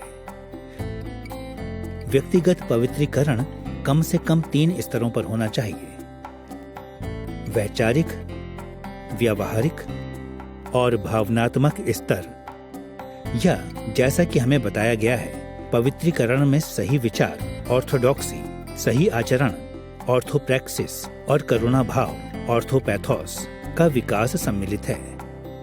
अब मसीही जीवन के ये तीनों पहलू परस्पर निर्भर रहते हैं और परस्पर आदान प्रदान के असंख्य जालों की रचना करते हैं।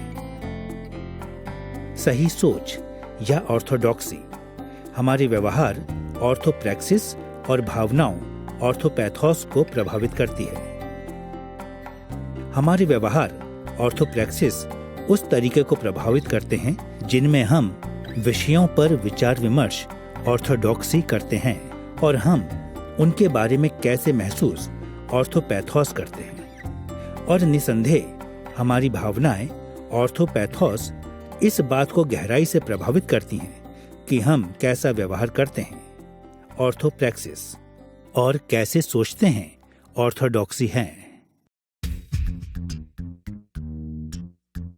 समय हमें अनुमति नहीं देगा कि हम उन सभी तरीकों की खोज करें जिनमें तकनीकी शब्द इस अंतरक्रिया में टकराते हैं। इसलिए हम उस एक मुख्य तरीके तक ही सीमित रहेंगे जिसमें वे मसीही जीवन का विकास कर सकते हैं और रुकावट बन सकते हैं। आइए पहले उस एक तरीके को देखें जिसमें विधिवत धर्म विज्ञान की विशेष शब्दावली मसीह के लिए जीने में एक सकारात्मक उन्नति बन सकती है।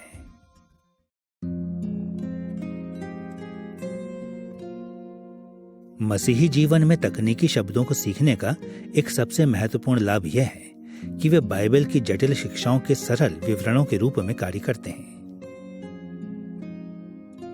पहले पहल विधिवत धर्म विज्ञान में पाई जाने वाली विशेष अभिव्यक्तियों की सूची भयभीत करने वाली हो सकती है। उनकी संख्या बहुत अधिक है और उन्हें याद रखना बहुत कठिन प्रतीत होता है। परंतु कुछ समय के बाद तकनीकी शब्द वास्तव में बातों को सरल रूप से समझाने में बहुत अधिक लाभदायक होते हैं। हम तकनीकी शब्द के त्वरित उल्लेख के साथ बाइबल की जटिल शिक्षाओं को याद कर सकते हैं और तब हमारे सोच विचार, व्यवहार और भावनाओं पर उन्हें लागू कर सकते हैं।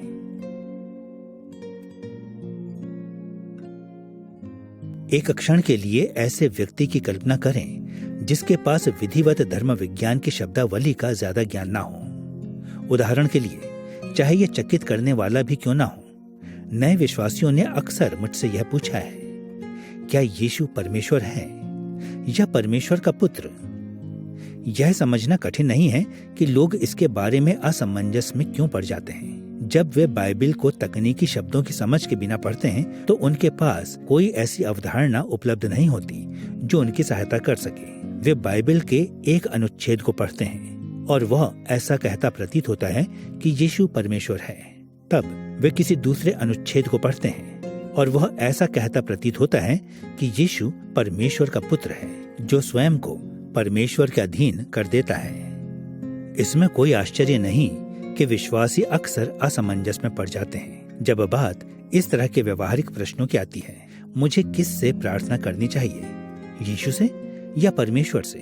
यदि यीशु ने हमें पिता से प्रार्थना करना सिखाया है तो फिर बहुत से मसीही यीशु से प्रार्थना क्यों करते हैं? ऐसे ही यदि यीशु ने हमें पिता से प्रार्थना करना सिखाया है तो हम पवित्र आत्मा की स्तुति के गीत क्यों गाते हैं? उसको ऐसे प्रश्नों का उत्तर देने के लिए बहुत अधिक समय और प्रयास की आवश्यकता होगी जिसके पास तकनीकी धर्म विज्ञानी भाषा की कोई पृष्ठभूमि ना हो। उन्हें बाइबल के असंख्य अनुच्छेदों को खोजना होगा और उनको किसी प्रभावशाली अर्थ में एक साथ रखना होगा। यह कार्य इतना जटिल है कि बहुत से नए विश्वासी हार मान लेंगे और वैसा ही करेंगे जैसा वे दूसरों को करता हुआ देखते हैं। परंतु एक क्षण के लिए उन विश्वासियों की कल्पना कीजिए जो विधिवत धर्म विज्ञान की तकनीकी शब्दावली को जानते हैं। यदि वे सोचें, क्या यीशु परमेश्वर है या परमेश्वर का पुत्र? या यदि वे सोचें, क्या मुझे पिता से या पुत्र से या आत्मा से प्रार्थना करनी चाहिए, तो उनके प्रश्नों का उत्तर देना बहुत ही आसान होगा। सच्चाई तो यह है कि मसीही विश्वासी जो विधिवत प्रक्रियाओं में तकनीकी शब्दावली से अवगत है, वे सामान्यतः ऐसे प्रश्न उठाते ही नहीं, क्योंकि इनका उत्तर बहुत ही सरल तकनीकी शब्द में दिया जा सकता है, और वह है त्रिएकता।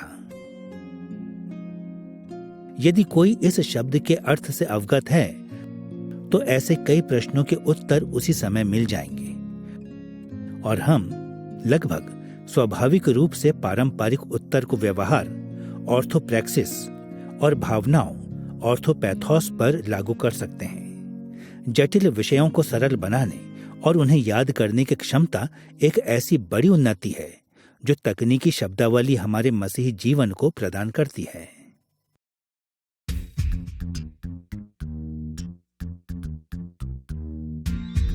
यद्यपि विधिवत धर्म विज्ञान की विशेष शब्दावली मसीही जीवन में कई तरीकों से उन्नति कर सकती है, फिर भी हमें इस बात के प्रति भी जागरूक रहना चाहिए कि यह हमारे पवित्रीकरण में रुकावटें भी प्रस्तुत कर सकती है।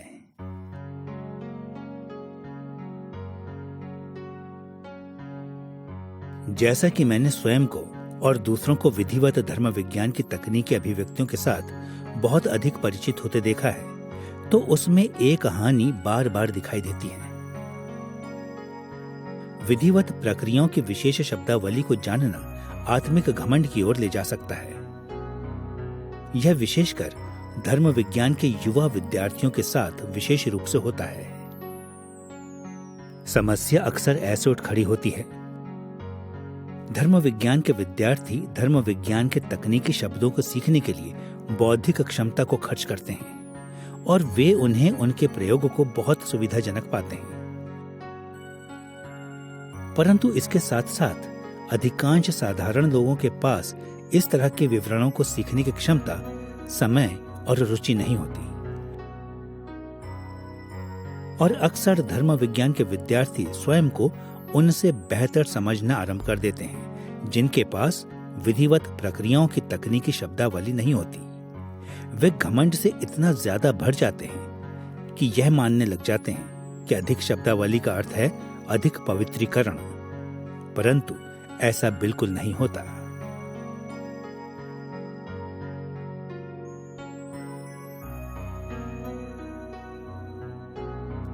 जैसा कि हमने कहा है, मसीही जीवन में विकास अर्थात व्यक्तिगत पवित्रीकरण में वृद्धि हमारे विचारों को पवित्र शास्त्र से अभिपुष्ट करने से ही नहीं आता। अपने विश्वास पर कार्य करना और अपने विश्वास में उचित एहसास भी उतने ही महत्वपूर्ण हैं। सच्चाई तो यह है कि अधिकांश विश्वासी विधिवत धर्म विज्ञान की तकनीकी शब्दावली को जानने पर अनुग्रह में विकास करते जाते हैं।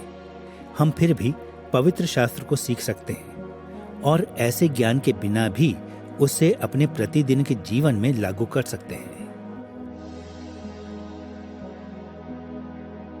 जीवन के अनुभव जैसे सताव, दुख और बीमारी अक्सर तकनीकी शब्दावली को सीखने के बौद्धिक अभ्यास की अपेक्षा एक व्यक्ति के पवित्रीकरण को कहीं अधिक बढ़ाते हैं। अतः विधिवत धर्म विज्ञान में प्रकट विशेष शब्दों और वाक्यों के साथ परिचित होना जितना महत्वपूर्ण है, उतना ही अधिक हमें इसमें भी जागरूक होना चाहिए कि वे हमारे मसीही जीवन में वास्तव में रुकावट भी बन सकते हैं यदि हम उन्हें आत्मिक घमंड की ओर अगुवाई करने की अनुमति देते हैं, अर्थात ऐसे भाव की ओर कि हम मसीह में केवल इसलिए परिपक्व हैं क्योंकि हमने विशेष शब्दावली को सीख लिया है।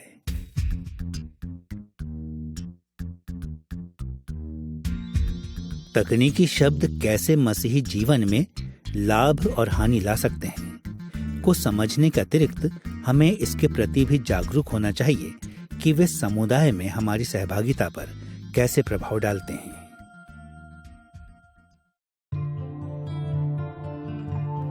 समुदाय में परस्पर सहभागिता मसीही धर्म विज्ञान के निर्माण का एक मुख्य स्रोत है, क्योंकि यह हमारी उस सहायता पर ध्यान केंद्रित करने में सहायता करती है जो मसीह की देह हमें प्रदान करती है।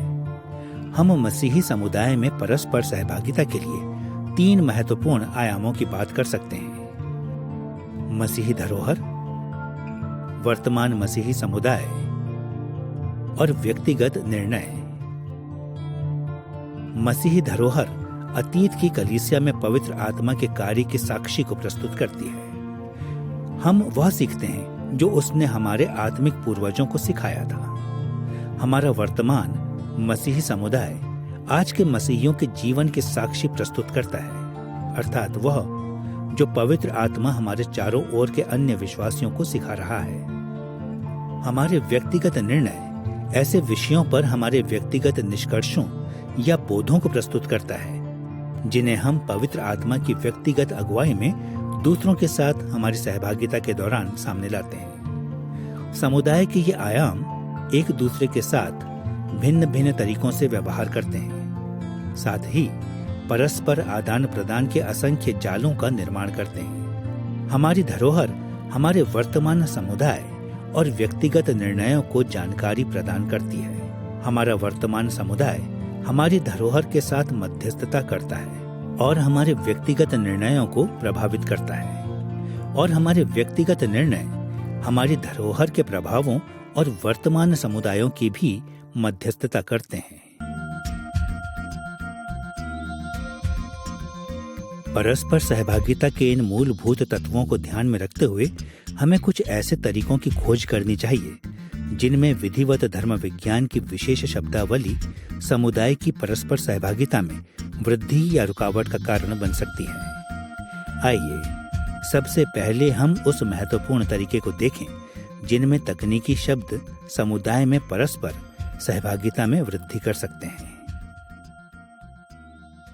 एक महानतम तरीका जिसमें तकनीकी शब्द सामुदायिक वार्तालाप में वृद्धि कर सकते हैं, उसे एक शब्द में सारगर्भित किया जा सकता है: संप्रेषण या वार्तालाप।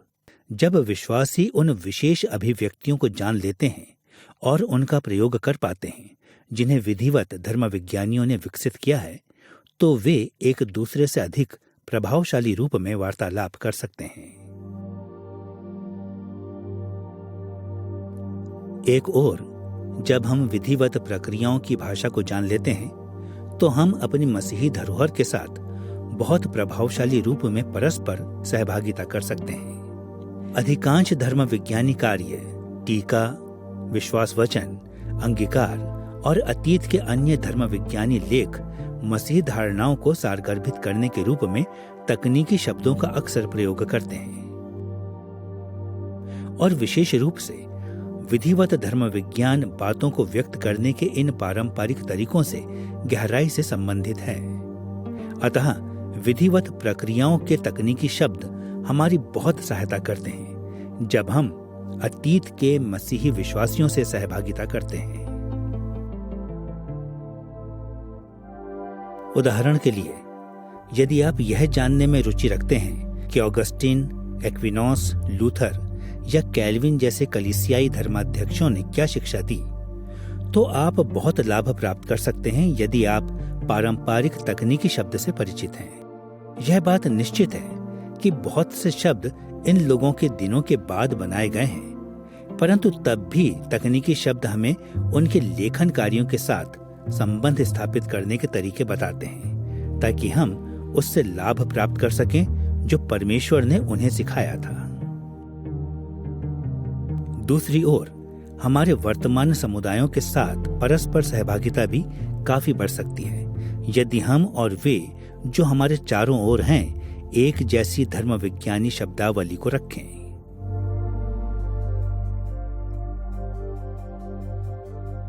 अगली बार जब आप किसी कक्षा या कलीसियाई सम्मेलन में हों, तो सावधानी से उन तरीकों को सुनें जिनमें आपके सहविश्वासी एक दूसरे के साथ धर्म विज्ञान के बारे में बातचीत करते हैं। यह जल्द ही स्पष्ट हो जाएगा कि अच्छा वार्तालाप तब होता है जब सहभागी उन शब्दों के अर्थों पर सहमत होते हैं जिनका वे प्रयोग कर रहे होते हैं। जब वे सहमत नहीं होते तो उनका वार्तालाप टूट जाता है।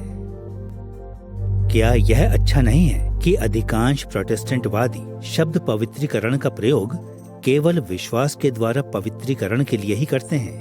क्या आप वार्तालाप में समस्याओं की कल्पना कर सकते हैं यदि हमें शब्द पवित्रीकरण का प्रयोग भिन्न भिन्न तरीकों में करना पड़े? क्या यह अच्छा नहीं है कि जब हम पवित्रीकरण के बारे में बोलते हैं तो यह जान सकते हैं कि हम क्या बात कर रहे हैं? क्या यह सकारात्मक नहीं है कि हम मसीह की दीनता और मसीह के ऊंचे पर उठाए जाने के बारे में बिना यह पूछे बात कर सकते हैं कि हमारे कहने का अर्थ क्या है? जितना अधिक हम तकनीकी शब्दों को जानते और साझा करते हैं, उतना अधिक हम एक दूसरे के साथ प्रभावशाली तरीके से वार्तालाप कर सकते हैं। यद्यपि यह सत्य है कि विधिवत प्रक्रियाओं की विशेष शब्दावली इन और अन्य तरीकों में हमारी परस्पर सहभागिता में उन्नति कर सकती है, फिर भी ऐसा भी हो सकता है कि यह समुदाय में परस्पर सहभागिता में रुकावट भी बने। विधिवत धर्म विज्ञान में कई विशेष अभिव्यक्तियां पुरानी हो गई हैं और वर्तमान में अच्छे वार्तालाप में सहायक नहीं हैं। इनमें से कुछ तो धर्माध्यक्षीय और मध्यकालीन समयों की हैं। अन्य कई अभिव्यक्तियां कई सदियों पुरानी हैं। यद्यपि इन तकनीकी शब्दों की रचना उस समय वार्तालाप में सहायता करने के लिए की गई थी, परंतु अब वे इतनी पुरानी हो गई हैं कि आज वार्तालाप में सहायता नहीं कर सकती।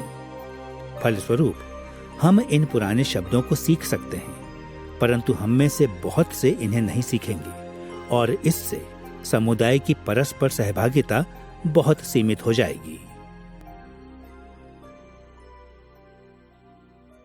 जब मैं द्वितत्ववादी एकता की धर्म शिक्षा अर्थात मसीह के एकल व्यक्तित्व में मसीह के ईश्वरीय और मानवीय स्वभावों की एकता को स्पष्ट करता हूं, तो मैंने इस समस्या का अक्सर सामना किया है। कितने लोग इस शब्द द्वितत्ववाद के अर्थ को जानते होंगे? हम ये सोच सकते हैं कि हम शब्द स्वभाव और व्यक्तित्व के अर्थ को जानते हैं, परंतु इन शब्दों का हमारा आज का अर्थ प्राचीन मसीहियों के अर्थ से बहुत अलग है। अतः जब हम विधिवत धर्म विज्ञान की तकनीकी शब्दावली से परिचित होते हैं, तो हमें यह पहचानने में सावधान रहना चाहिए कि यह समुदाय के भीतर वार्तालाप में रुकावट भी बन सकती है।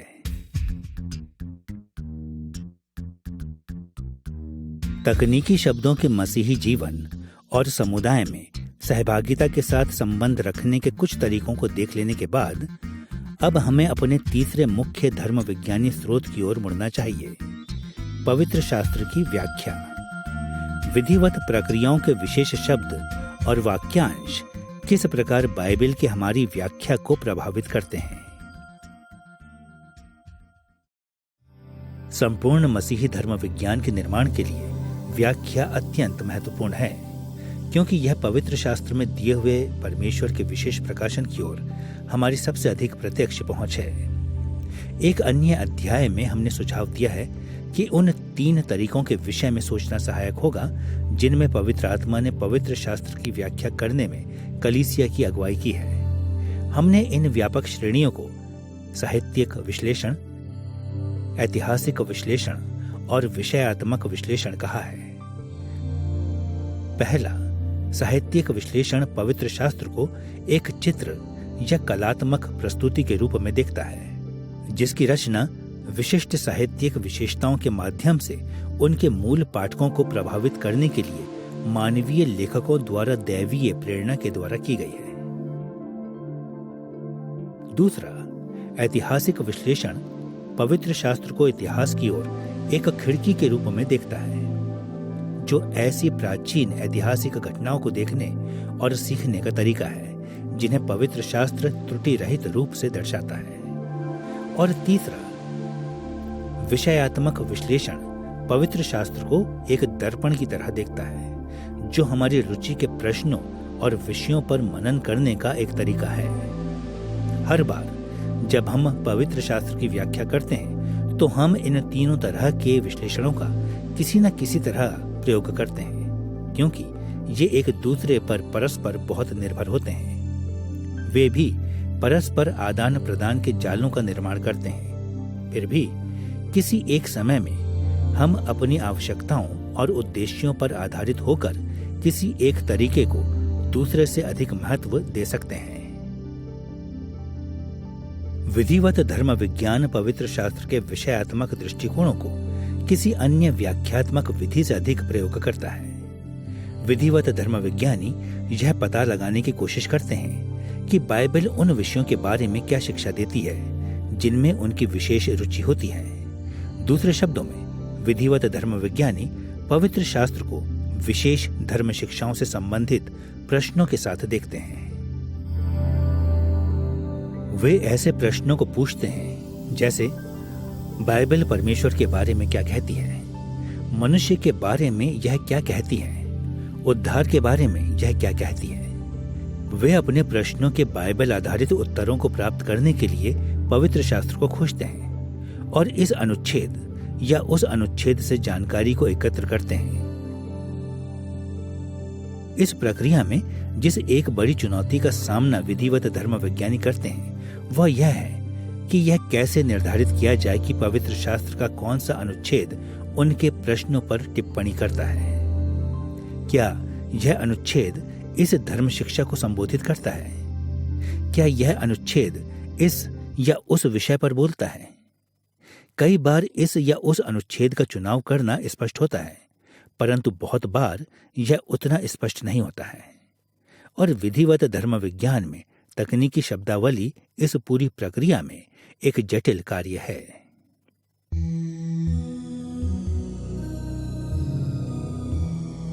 यह समझने के लिए कि यह ऐसा कैसे है, हमें याद रखना आवश्यक है कि पवित्र शास्त्र में पाए जाने वाले शब्दों और अवधारणाओं के बीच संबंध बहुत जटिल है।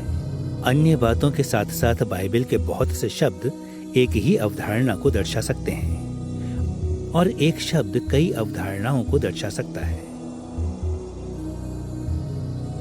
पवित्र शास्त्र में ये अनेक संबंध एक स्थान से दूसरे स्थान पर भिन्न भिन्न होते हैं और कई बार ये काफी भ्रमित करने वाले होते हैं, परंतु विधिवत धर्म विज्ञानियों ने ऐसी अस्पष्टताओं को दूर करने के लिए तकनीकी शब्दावली को विकसित किया है।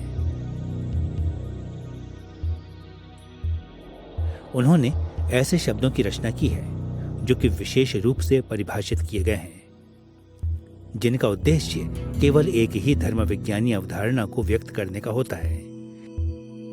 इस भाव में विधिवत धर्म विज्ञान में शब्दों और अवधारणाओं के बीच व्यक्तिगत संबंध होता है।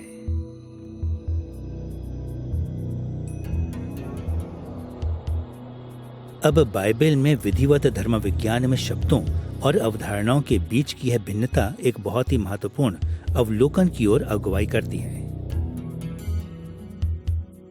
शब्दावली के स्तर पर विधिवत धर्म विज्ञानी शब्दावली संबंधी स्वतंत्रता का प्रयोग करते हैं। वे अपनी धर्म विज्ञानी अभिव्यक्तियों को बाइबल की अभिव्यक्तियों के अनुरूप बनाने का प्रयास नहीं करते। इसकी अपेक्षा विधिवत धर्म वैज्ञानिक बाइबल आधारित शब्दों का प्रयोग अपने ही रूपों में करते हैं। वे बाइबल से बाहर के शब्दों का प्रयोग करते हैं और यहाँ तक कि बाइबल आधारित और बाइबल से बाहर के शब्दों को जोड़ भी देते हैं। इसके साथ साथ अवधारणाओं के स्तर पर मजबूत विधिवत धर्म विज्ञानी सदैव पवित्र शास्त्र से वैचारिक अनुरूपता को खोजने का प्रयास करते हैं। वे ऐसे विचारों को समझने और उन्हें अपनी शब्दावली में स्पष्ट करने का प्रयास करते हैं जिनकी शिक्षा बाइबल देती है। यद्यपि वे अपनी शब्दावली में स्वतंत्रता का प्रयोग करते हैं, फिर भी विधिवत धर्म विज्ञानियों का लक्ष्य वैचारिक अनुरूपता होता है। यह मूलभूत भिन्नता हमारी यह देखने में सहायता करती है कि विधिवत धर्म विज्ञान में तकनीकी शब्द पवित्र शास्त्र की हमारी व्याख्या में वृद्धि भी कर सकते हैं और रुकावट भी उत्पन्न कर सकते हैं। सारांश में, जब शब्दावली संबंधी स्वतंत्रता और वैचारिक अनुरूपता के बीच की भिन्नताओं को ध्यान में रखा जाता है, तो विशेष विषयों के लिए सही अनुच्छेदों को चुनने में हमारी क्षमता में काफी वृद्धि हो सकती है। परंतु जब इसे भुला दिया जाता है तो सही चुनाव करने की हमारी क्षमता में काफी रुकावट उत्पन्न हो सकती है। आइए सबसे पहले हम उस तरीके के बारे में सोचें जिसमें विधिवत धर्म विज्ञान में शब्दावली संबंधी स्वतंत्रता और वैचारिक अनुरूपता को समझना, व्याख्या करने में हमारी सहायता कर सकता है।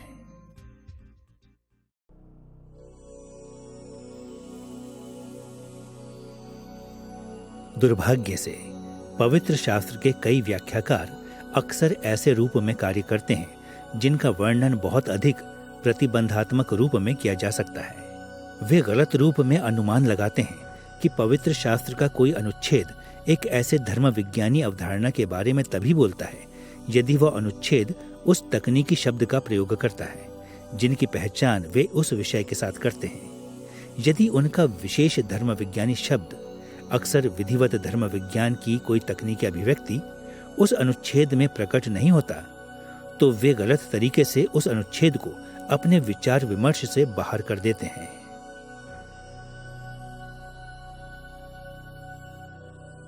वास्तविकता में विधिवत धर्म विज्ञानियों को जब वे पवित्र शास्त्र की खोज करते हैं तो बहुत अधिक प्रतिबंधात्मक नहीं बल्कि उचित रूप से चयनात्मक होना चाहिए। वे ऐसा कर सकते हैं जब वे यह याद रखते हैं कि बाइबल के लेखक सब प्रकार के शब्दों के साथ विषयों को व्यक्त करते हैं। बाइबल के लेखक अक्सर किसी विषय या अवधारणा पर टिप्पणी करते हैं, तब भी जब उनकी अभिव्यक्तियां विधिवत धर्म विज्ञान के तकनीकी शब्दों से मेल नहीं खाते। इस कारण जब विधिवत धर्म विज्ञानी किसी विषय पर जानकारी प्राप्त करने के लिए पवित्र शास्त्र की ओर मुड़ते हैं तो उन्हें सावधान रहना चाहिए कि वे कुछ शब्दों को ढूंढते हुए कहीं बहुत अधिक प्रतिबंधात्मक न हो जाएं। इसकी अपेक्षा उन्हें ऐसे अनुच्छेदों की खोज करनी चाहिए जिनमें प्रासंगिक अवधारणाएं हों। उदाहरण के लिए इस अध्याय में हमने देखा है कि पवित्र शास्त्र बहुत से शब्दों का प्रयोग नवजीवन की अवधारणा या धर्म शिक्षा का वर्णन करने के लिए करता है। एक व्यक्ति का आत्मिक मृत्यु से मसीह जीवन के आरंभिक परिवर्तन को केवल तीतुस 3:5 में नया जीवन कहा गया है। परंतु यदि विधिवत धर्म विज्ञानी स्वयं को केवल इस एक ही अनुच्छेद तक प्रतिबंधित करें क्योंकि उनके तकनीकी शब्द का प्रयोग कहीं और नहीं हुआ, तो वे पवित्र शास्त्र की व्याख्या से इस विषय के बारे में कुछ ज्यादा नहीं सीख पाएंगे।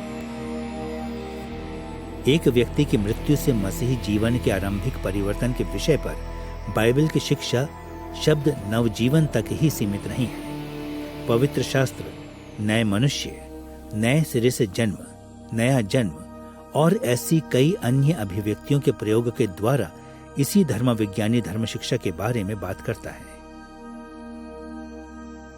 नए मनुष्य की अभिव्यक्ति वाले अनुच्छेदों को एक अलग धर्म शिक्षा के रूप में सूचीबद्ध करने की आवश्यकता नहीं है, और नए सिरे से जन्म या नए जन्म की अभिव्यक्तियों के पदों को भी एक अलग धर्म शिक्षा के रूप में सूचीबद्ध करने की आवश्यकता नहीं होती। वे सब एक समान धर्म विज्ञानी विषय के लिए बोलते हैं। वास्तव में कई ऐसे अनुच्छेद हैं जो इस विषय या अवधारणा के बारे में बिना किसी विशेष शब्द या वाक्यांश का प्रयोग किए बिना भी बात करते हैं। जब विधिवत धर्म विज्ञानी यह याद रखते हैं कि वे शब्दावली संबंधी स्वतंत्रता का प्रयोग करते हैं और केवल पवित्र शास्त्र के साथ वैचारिक अनुरूपता को खोजते हैं, तो वे सब प्रकार के अनुच्छेदों से नव जीवन के बारे में सीख सकते हैं। वे और भी अधिक व्यापक हो सकते हैं जब वे उसकी खोज करते हैं, जिसे पवित्र शास्त्र आरंभिक परिवर्तन की अवधारणा के बारे में सिखाता है, फिर चाहे बाइबल में इसे कैसे भी व्यक्त किया गया हो।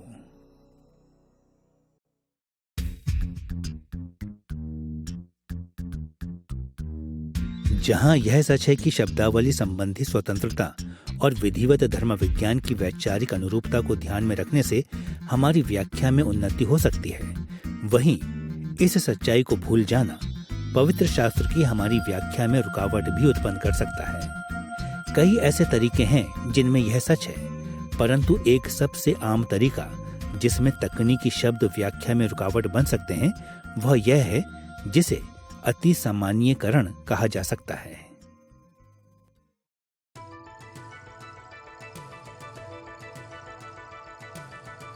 अति सामान्यीकरण विधिवत धर्म विज्ञान में तकनीकी शब्दों के द्वारा व्याख्या के सामने लाई गई सबसे प्रचलित समस्या है। यह अक्सर दो तरीकों से प्रकट होती है। जब विद्यार्थी विधिवत प्रक्रियाओं में विशेष शब्दों को सीखते हैं और उन्हें काफी सहायक पाते हैं, तो वे अक्सर अपनी तकनीकी परिभाषाओं को पवित्र शास्त्र में हर स्थान पर पाई जाने वाली अभिव्यक्तियों को देखना आरंभ कर देते हैं। वे गलत रूप से अनुमान लगाते हैं कि प्रत्येक अनुच्छेद जहां एक शब्द प्रकट होता है वह एक समान धर्म विज्ञानी विषय या धर्म शिक्षा को संबोधित करता है। परंतु जब हम याद रखते हैं कि विधिवत धर्म विज्ञानी शब्दावली संबंधी स्वतंत्रता का प्रयोग करते हैं और वैचारिक अनुरूपता की खोज करते हैं, तो हम अति सामान्यीकरण से बच सकते हैं और उपयुक्त चुनाव कर सकते हैं। दूसरे शब्दों में, हम पवित्र शास्त्र के उन भागों का चुनाव करने के लिए बेहतर रूप से तैयार होंगे जो वास्तव में हमारे मन के विषय या धर्म शिक्षा को संबोधित करते हैं। उदाहरण के लिए उसे देखें जिसे हमने इस अध्याय में धर्मी ठहराए जाने के विषय में कहा है। पारंपरिक प्रोटेस्टेंट विधिवत धर्म विज्ञान में शब्द धर्मी ठहराया जाना धार्मिकता की आरंभिक घोषणा की अवधारणा को दर्शाता है, जो कार्यों के द्वारा नहीं बल्कि विश्वास के माध्यम से तब मिलती है जब एक व्यक्ति में उसके विश्वास के कारण मसीह की धार्मिकता रोपित की जाती है। अब धर्मी ठहराए जाने की यह तकनीकी परिभाषा विधिवत धर्म विज्ञान में इतनी महत्वपूर्ण है कि यह अपेक्षा करना सरल है कि प्रत्येक शब्द धर्मी ठहराए जाने या डिकाइयों को अपने में रखने वाला प्रत्येक पद इसी धर्म शिक्षा को दर्शाता है। अतः व्याख्याकार या तो धर्मी ठहराए जाने के अपने तकनीकी अर्थ को ऐसे अनुच्छेदों पर थोप देते हैं जहां उसका यह अर्थ नहीं होता, या फिर वे धर्मी ठहराए जाने की पारंपरिक धर्म शिक्षा को ऐसे बदल देते हैं कि गलत रूप से चुने हुए अनुच्छेदों को समायोजित कर सकें। हमने देखा है कि याकूब 2:24 शब्द धर्मी ठहराए जाने या डिकाइयों का प्रयोग एक ऐसे रूप में करता है जो कि पारंपरिक विधिवत धर्म विज्ञान से अलग है।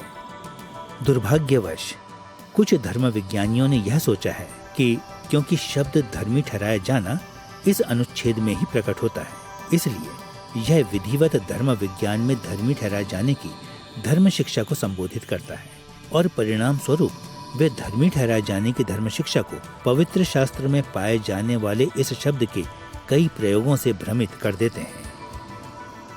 परंतु हमें याकूब को केवल मौखिक स्तर की अपेक्षा वैचारिक स्तर पर समझना चाहिए,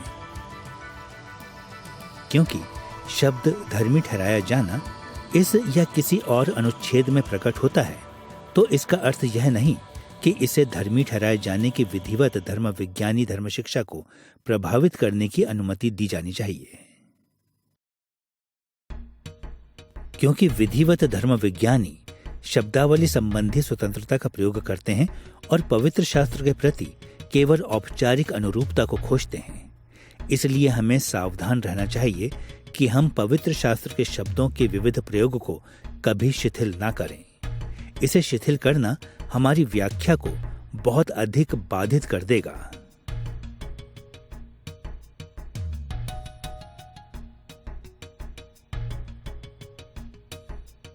अतः विधिवत धर्म विज्ञान में ये तकनीकी शब्द ही हैं जो सभी तीनों धर्म विज्ञानी स्रोतों के हमारे प्रयोग में वृद्धि या रुकावट उत्पन्न कर सकते हैं। तकनीकी शब्द मसीही जीवन, समुदाय में परस्पर सहभागिता और पवित्र शास्त्र की व्याख्या के लिए बहुत महत्वपूर्ण हैं। परंतु इसके साथ साथ जब हम इन मुख्य धर्म विज्ञानी स्रोतों का प्रयोग करते हैं तो वे ऐसे खतरे भी प्रस्तुत करते हैं जिनसे बचा जाना चाहिए।